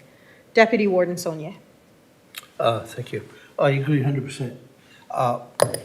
Isn't it in a way looking at old business? We, it could be a line item added. Okay, yeah. So there's, yeah, we could do it that way. Your request can be achieved by amending one or two policies. The policy on presentations would be that the council shall not make a decision on a presentation. So there's absolute clarity there. So the presenter knows that as well, right? There's just, that ain't happening. So if they're looking for something fast, this ain't the way to do it. And that takes the emotional element out of it, like, because you can have a wicked presentation and want to dive in, but you haven't thought of all of the ramifications. This eliminates that, and it makes it very clear to the presenter. That can be in the presentation policy, can also be in your grants to organizations or other policies that can be reflected. Second thing is that your policy on council procedure would be amended, and it would say that if you received a presentation, the request for decision would automatically be added on the next agenda. That's us to do, and then you would decide as to whether you want to defer, discuss, approve, deny. So it would just automatically go. It isn't, in my view, from an administrative perspective, it's far clearer to everyone, including staff. Again, this would be done by amendment of policy. So if you're willing to do that, I would say that a motion to amend to give to staff to bring amendments to policy to enable to enable amendments to the presentation policy as well as council procedural policy. That's just instructing us to do the work. You're not actually passing a policy.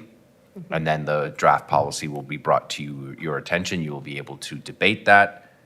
You'll have 7 days to do that, and or 7 days notice in order to do that, and then the approval would come. So in theory, if these amendments could be made by your next meeting, you could examine those, and then you could make an approval of those amendments as early as January. It's not going to happen that fast, but that's a theory of how it would work. Thank you. Councillor LeBlanc. Thank you, Warden. I'm in full agreement of this. Like yourself, I really like to take time to sit and think, and because there's always something that'll pop up, whether you agree with it or don't agree with it or whatever. The only thing I would add to it is that if we're going to change the policy, whatever we put into the policy, I think we also have to have a caveat in there that we are going to come across things at certain times that are going to require maybe a quicker decision than us meeting in a month's time. And I think at that point, we have to have some type of, for those exceptions, of what type of time frame we're going to consider to before, and then either have another meeting before that or A special council meeting. a special meeting to take care of those things. So that's the only comment I think I would make in that regard. That makes sense. I think that makes sense. Any other questions or comments? I cannot make a motion on this because I'm chairing the meeting. Okay. So it's moved by Councillor Bork, Yes. seconded by Deputy Warden Sonia. Go ahead. This is for the record. I want to make sure that we get the motion right. So I know I kind of penciled it in, so I'm just going to state what I said I presume that you're in agreement with. Tell me if I'm wrong. So the motion would be that staff would prepare amendments to presentation policy as well as council procedure policy to and to bring those amendments to council for consideration. You don't have to tell me what the those amendments are. You just have to tell me to do it, essentially. Is that clear? Is that okay? Good. Okay. Good. Okay. Any questions or comments on that? Seeing none, all those in favor signify by saying aye. Aye. Contrary minded, motion carried. Next, we have 10H, appointment of sheep valuer. So years and years ago, believe it or not, we used to approve our sheep valuer, but as the CAO indicated, for years we didn't need the sheep valuer. So sheep valuer's job is that if somebody has sheep and their sheep die, they have a value, and that person goes in and determines the value of that sheep. So right now, we don't have anybody appointed to do that. we do need that person because we have a situation. So we are looking to appoint Arnold Dayon Yes. as the sheep valuer. How do we feel about that?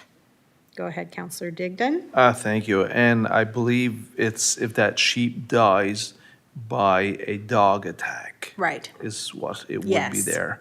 Yeah. And I would make a motion that we use Arnold J. Dion as our sheep valuer. Do we have a seconder? I would second that. Okay. Agree that that's a very good decision because I was on council a long time ago and he was our sheep valuer back in the day. Definitely. Any questions or comments on that? Seeing none, all those in favor signify by saying aye. Contrary minded, motion carried.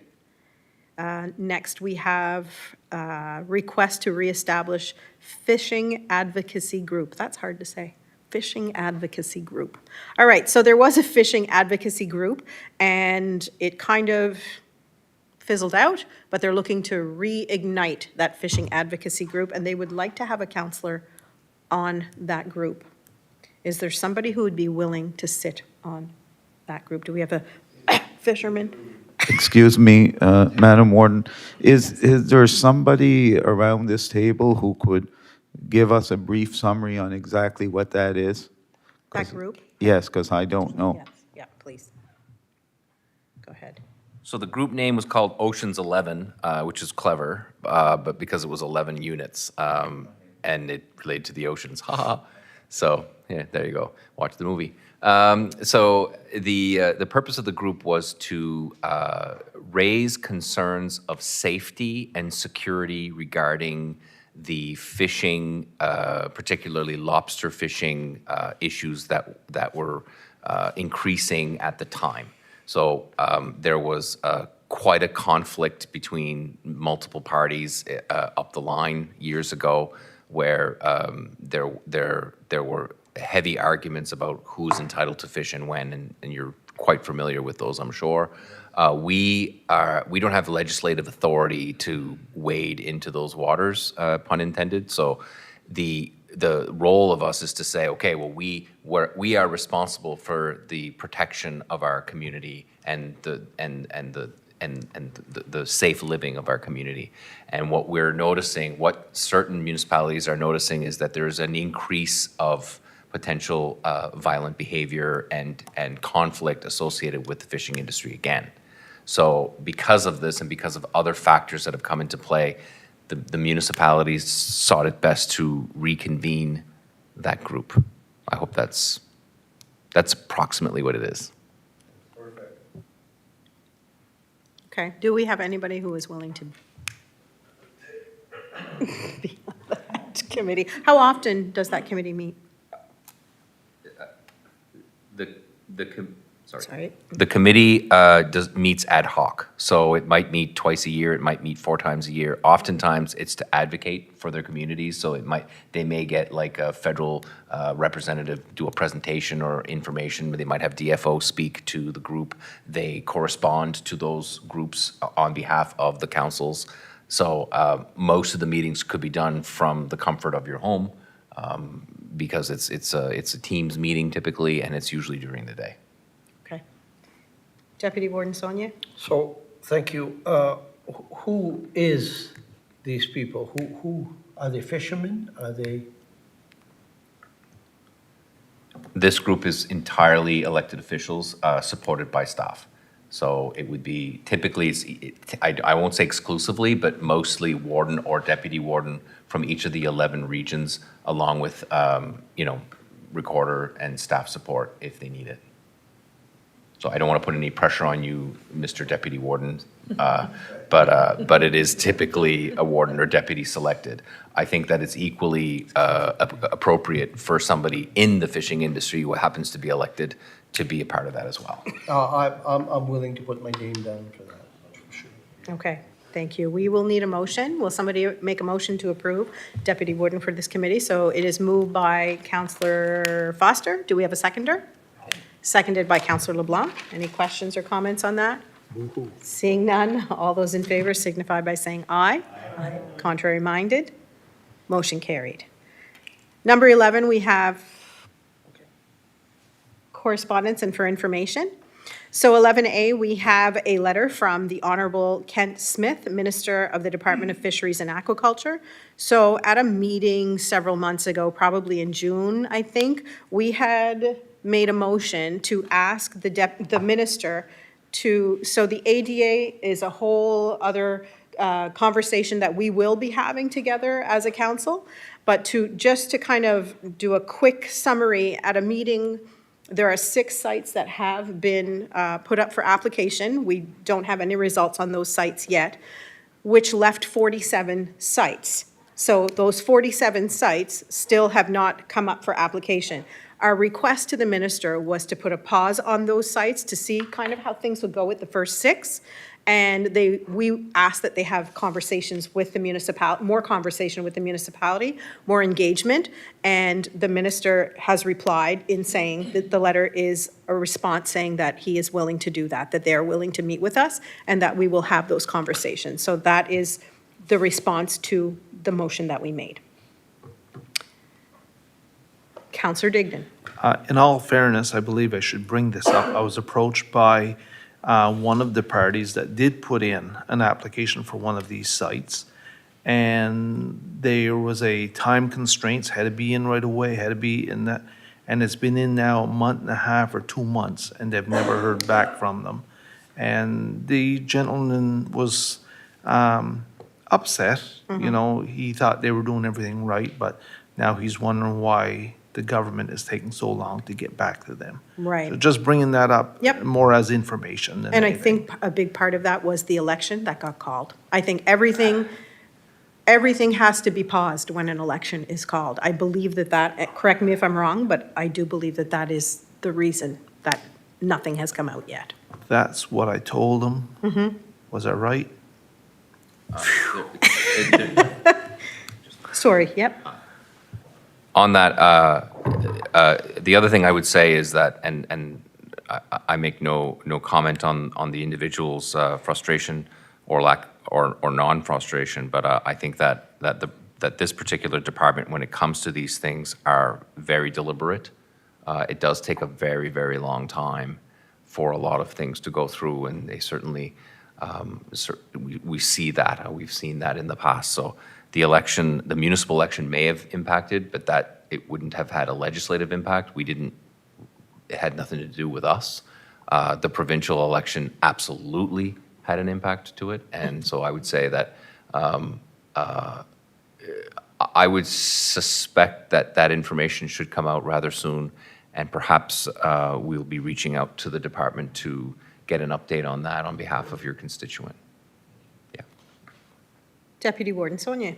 I just want to add, I guess for the public, in the closing paragraph here, Smith says the department will not issue any other calls for proposals through the ADA until after we have the chance to meet. So it won't happen until he meets with us and the public. That's for the remainder 47. Yes.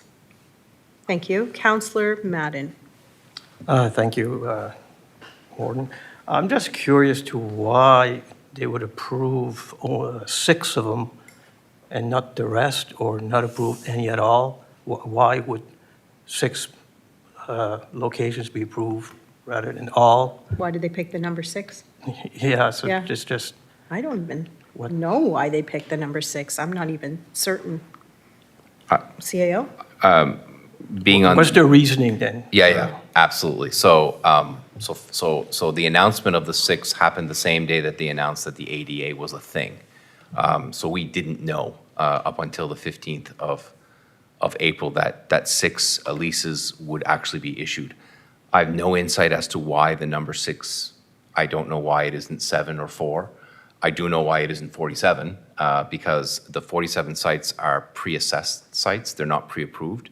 They're just tested sites. So I equate it to kind of like, again, I'm paraphrasing because it's not my bag, it's the provincial bag. But in my experience with them, The 47 are a lot more like a list in a menu in a restaurant, rather than each and every one of these are going to be utilized for that purpose. The ADA itself didn't change the fact that all of the classification of those waters for oysters existed for dozens and dozens of years before the ADA. What the ADA tried to do was to establish certain areas where the testing was pre-done. So I think it's important to repeat this, because it's been said before. Many people, when the map went out, it went out with very little context. It did not tell people that all of them will or will not be filled. It just said there's this many areas that were tested. But what people interpreted, and I totally understand why, because it wasn't clear at all, is that all of these sites would be used, and all of these sites are exactly a lease size, neither of which are true. Those are pre-assessed areas, and leases in those areas are significantly smaller in size. Why 6? Great question. I don't know the answer to that. I don't know I don't know how they were even selected. But what I do know is that once they did that, they took control of that decision. Those that have not yet gone out to lease, what's indicated in the letter is that those are still up for further discussion. It makes it, when you read something like that, it makes it look like the 6 are not up for discussion. The 6 are up for discussion, but the process is entirely provincial. So once those leases get let's say announced that people can apply for a lease, that's just the announcement to say that somebody can apply. They will then have 90 days to set up a lease application, of which that lease is either accepted or not by the province. And if it is accepted by the province, that's where the public gets another crack at this, because there is a 90-day, sorry, is it 90?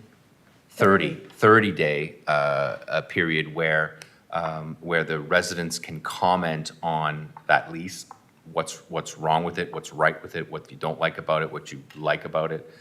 And so the things that the province considers, there's a list of 8 of them that they look to consider, and a lot of which have to do with like environmental issues, navigation, et cetera. So the process exists for the 6. It's just not the process that you see in that letter.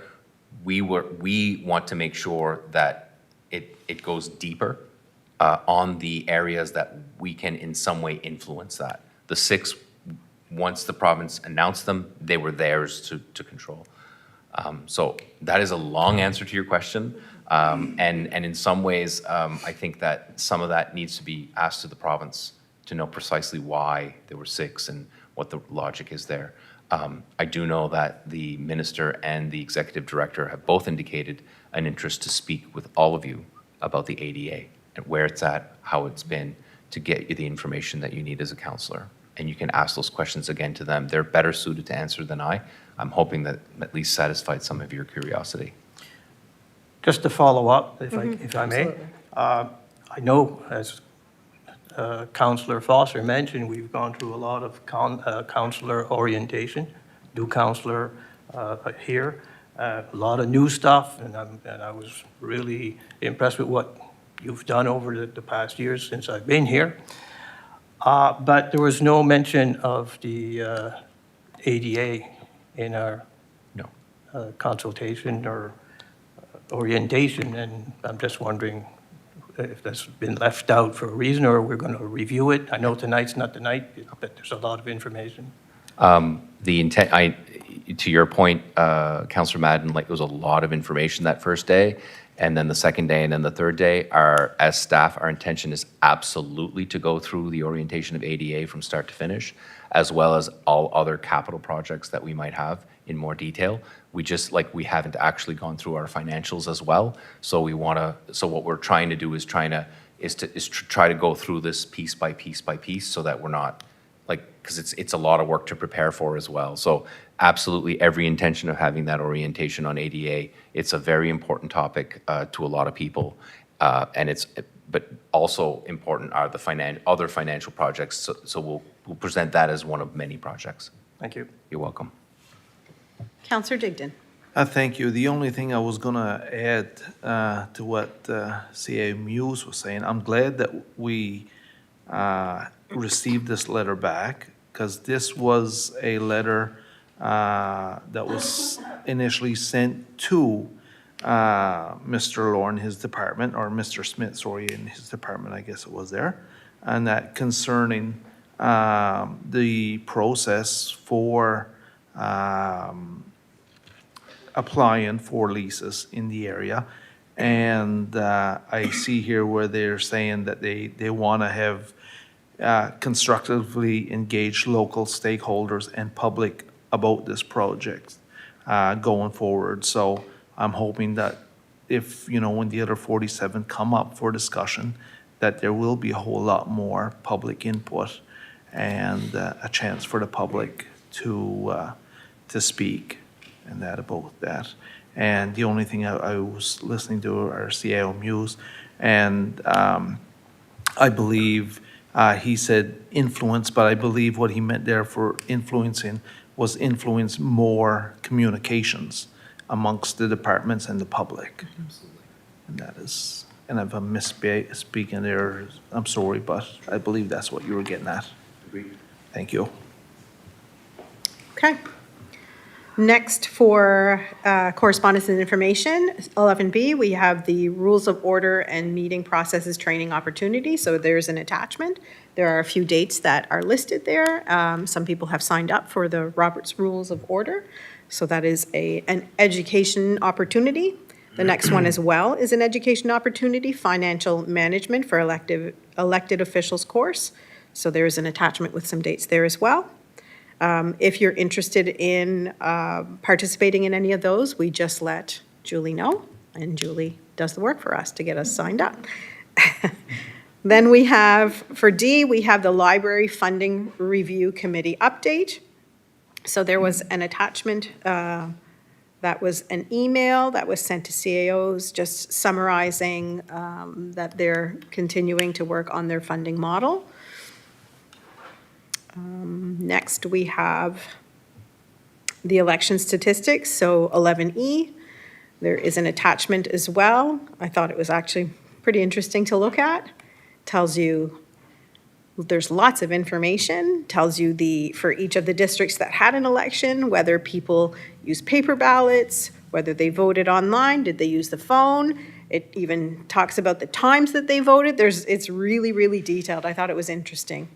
And there were fewer age 18 to 19-year-old voters than what I had expected, actually. Councillor Surratt. Kind of commenting on the same thing that you just said around the percentage of voters. I think it's really interesting when you look at who actually has voted and that percentage. It'd be really, really interesting over the next course of these next few years for us to look at how can we involve the youth. And that goes up to the age of 30 or even 40. How can we involve the youth more in our municipal council day-to-day operations? And then hopefully get them kind of excited to be involved and interested in politics and running for council or being, at least voting for council. Right. Agree.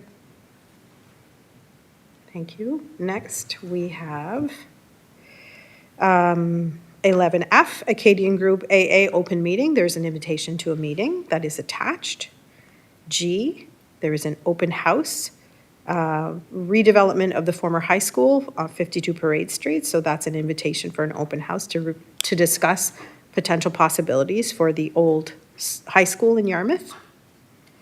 There is also 11H, guide for nominations for the Coronation Medal. So there is a possibility to nominate somebody, and it gives you the criteria, tells you how to go about nominating if somebody is interested in doing that. Councillor Bork. Yes. Sorry.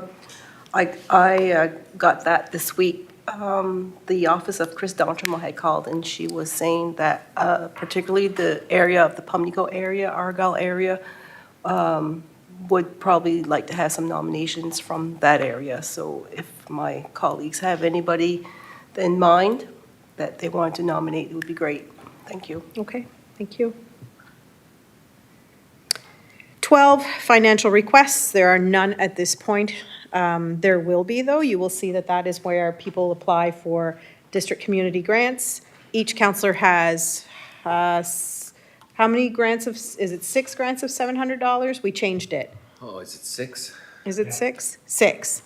So we each have a budget of 6 grants that we can give to nonprofit organizations within our community. There is a policy, and it used to be $500, but we increased the limit to $700. So there is a form that the organization will apply through, and then those requests come to council, and we typically approve them. It's not usually an issue, but it can be, I've had schools apply for funding for breakfast programs, local halls, community halls, applying for funding for the community hall.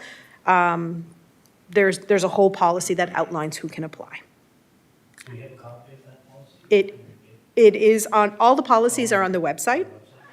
So that would be, is it community grants? Is that what we're calling it now? Because the name changed as well. It's under grants. It's under the grants to organizations policy. It's all, yes, all in there. All included in one policy. So because it was an election year, we weren't able to, like, we tried to get all of our money given out because we couldn't give any money out past July. Was it July 15th? There was a deadline. So here on in until the next budget, we won't have. But once the budget renews, you'll be getting requests. Okay. 13, agenda topics for next meeting or notice of motion by councilors. So if anybody has a motion that they're thinking about bringing forward next meeting or a topic for the next meeting, this is kind of what we discuss at this point. Councillor Madden? Just clarification, thank you, Warden. On this ADA issue, are we going to have a special meeting? Are we going to wait for? Go ahead, CEO Muse. If you're relating, sorry, are you, just to clarify, are you talking about the province coming to here to discuss it, or are you talking about our internal orientation? It won't be, like, our orientation will be much like the first one. It will be an informal So I'm just presentation. asking if we should put it on the agenda for the next meeting, or wait till that we have all the information and have all the new councillors oriented. That's a very good question. I'm hoping that the orientation occurs, the orientation will occur very close to that date, either before or after. And it is part of the plan. Maybe the right thing to do here in the case where we have ambiguity as to whether or not, or the timing of that we could have a notice of motion, or a notice that next meeting that it will remain as an agenda topic. And then at that point, we can, if you've had the orientation, you can decide what you want to do with that line item. I'm recommending this to council because there's 2 issues, right? There's one is that the province is looking to meet with us. And so it would be useful to have that as a standing item until such time as that occurs, even if the orientation didn't happen. Does that make sense? Yeah, well, I guess I'm not going to do a notice of a motion at this time. I'll wait till we have more information. Okay. And go from there. It has been, Madam Chair, through you, Madam Chair, has been noted that topic, what we'll do internally is we'll keep that topic as a correspondence for information, not as a notice to make a motion. And so when it comes time for the agenda to be closer to the approval time, we'll either keep it there or we'll take it off depending on what happens. So we'll keep it under correspondence. There's no need to make a notice of motion. Does that make sense? Thank you. Good. Okay. Question period. There's nothing in question period. We have no in-camera items. So in-camera items are where they're confidential, where we talk about negotiations, whether it might be a staff, it might be salaries, it might be a contract of some kind. That's kind of what we do when we go in camera, and that's confidential, but we do not have any. Did you, Councillor Madden? Just observation, last time I was in council, we always had a lawyer present, and unless there's one here that I don't see, is it something we don't do anymore? CAO. Another excellent question. So I did have that discussion. So we've changed solicitors recently. So we stopped having the solicitor come at every meeting because it didn't seem prudent to have them at every meeting. So what we've agreed to with the solicitor, so first of all, there were 2 contracts that we discussed here today. I reached out to Colin Fraser from Fraser Hood d'Entremont and asked him for comments. You will see that there are very little comments. They're in your inbox. On issues where we have legal issues that are subject to lawyer client confidentiality, the solicitor will be present. Obviously, we'll go in camera with the lawyer. If there are potential legal questions or concerns on the agenda, we'll invite them here. Either they'll be joining us online or they'll be here in person. So, we haven't asked the lawyer to be here at every meeting because not every meeting requires it. I would suggest to council that if there are legal matters that require it, that we could defer that until such time as the next meeting and make sure that they're here to give us proper advice, if that makes sense. This is not always practically going to work because sometimes things come up, right? Yeah, perfect. I just wanted clarification on that. No, it's all good. Thank you. Okay. That is it. So we will adjourn. First meeting down. Thanks, everybody.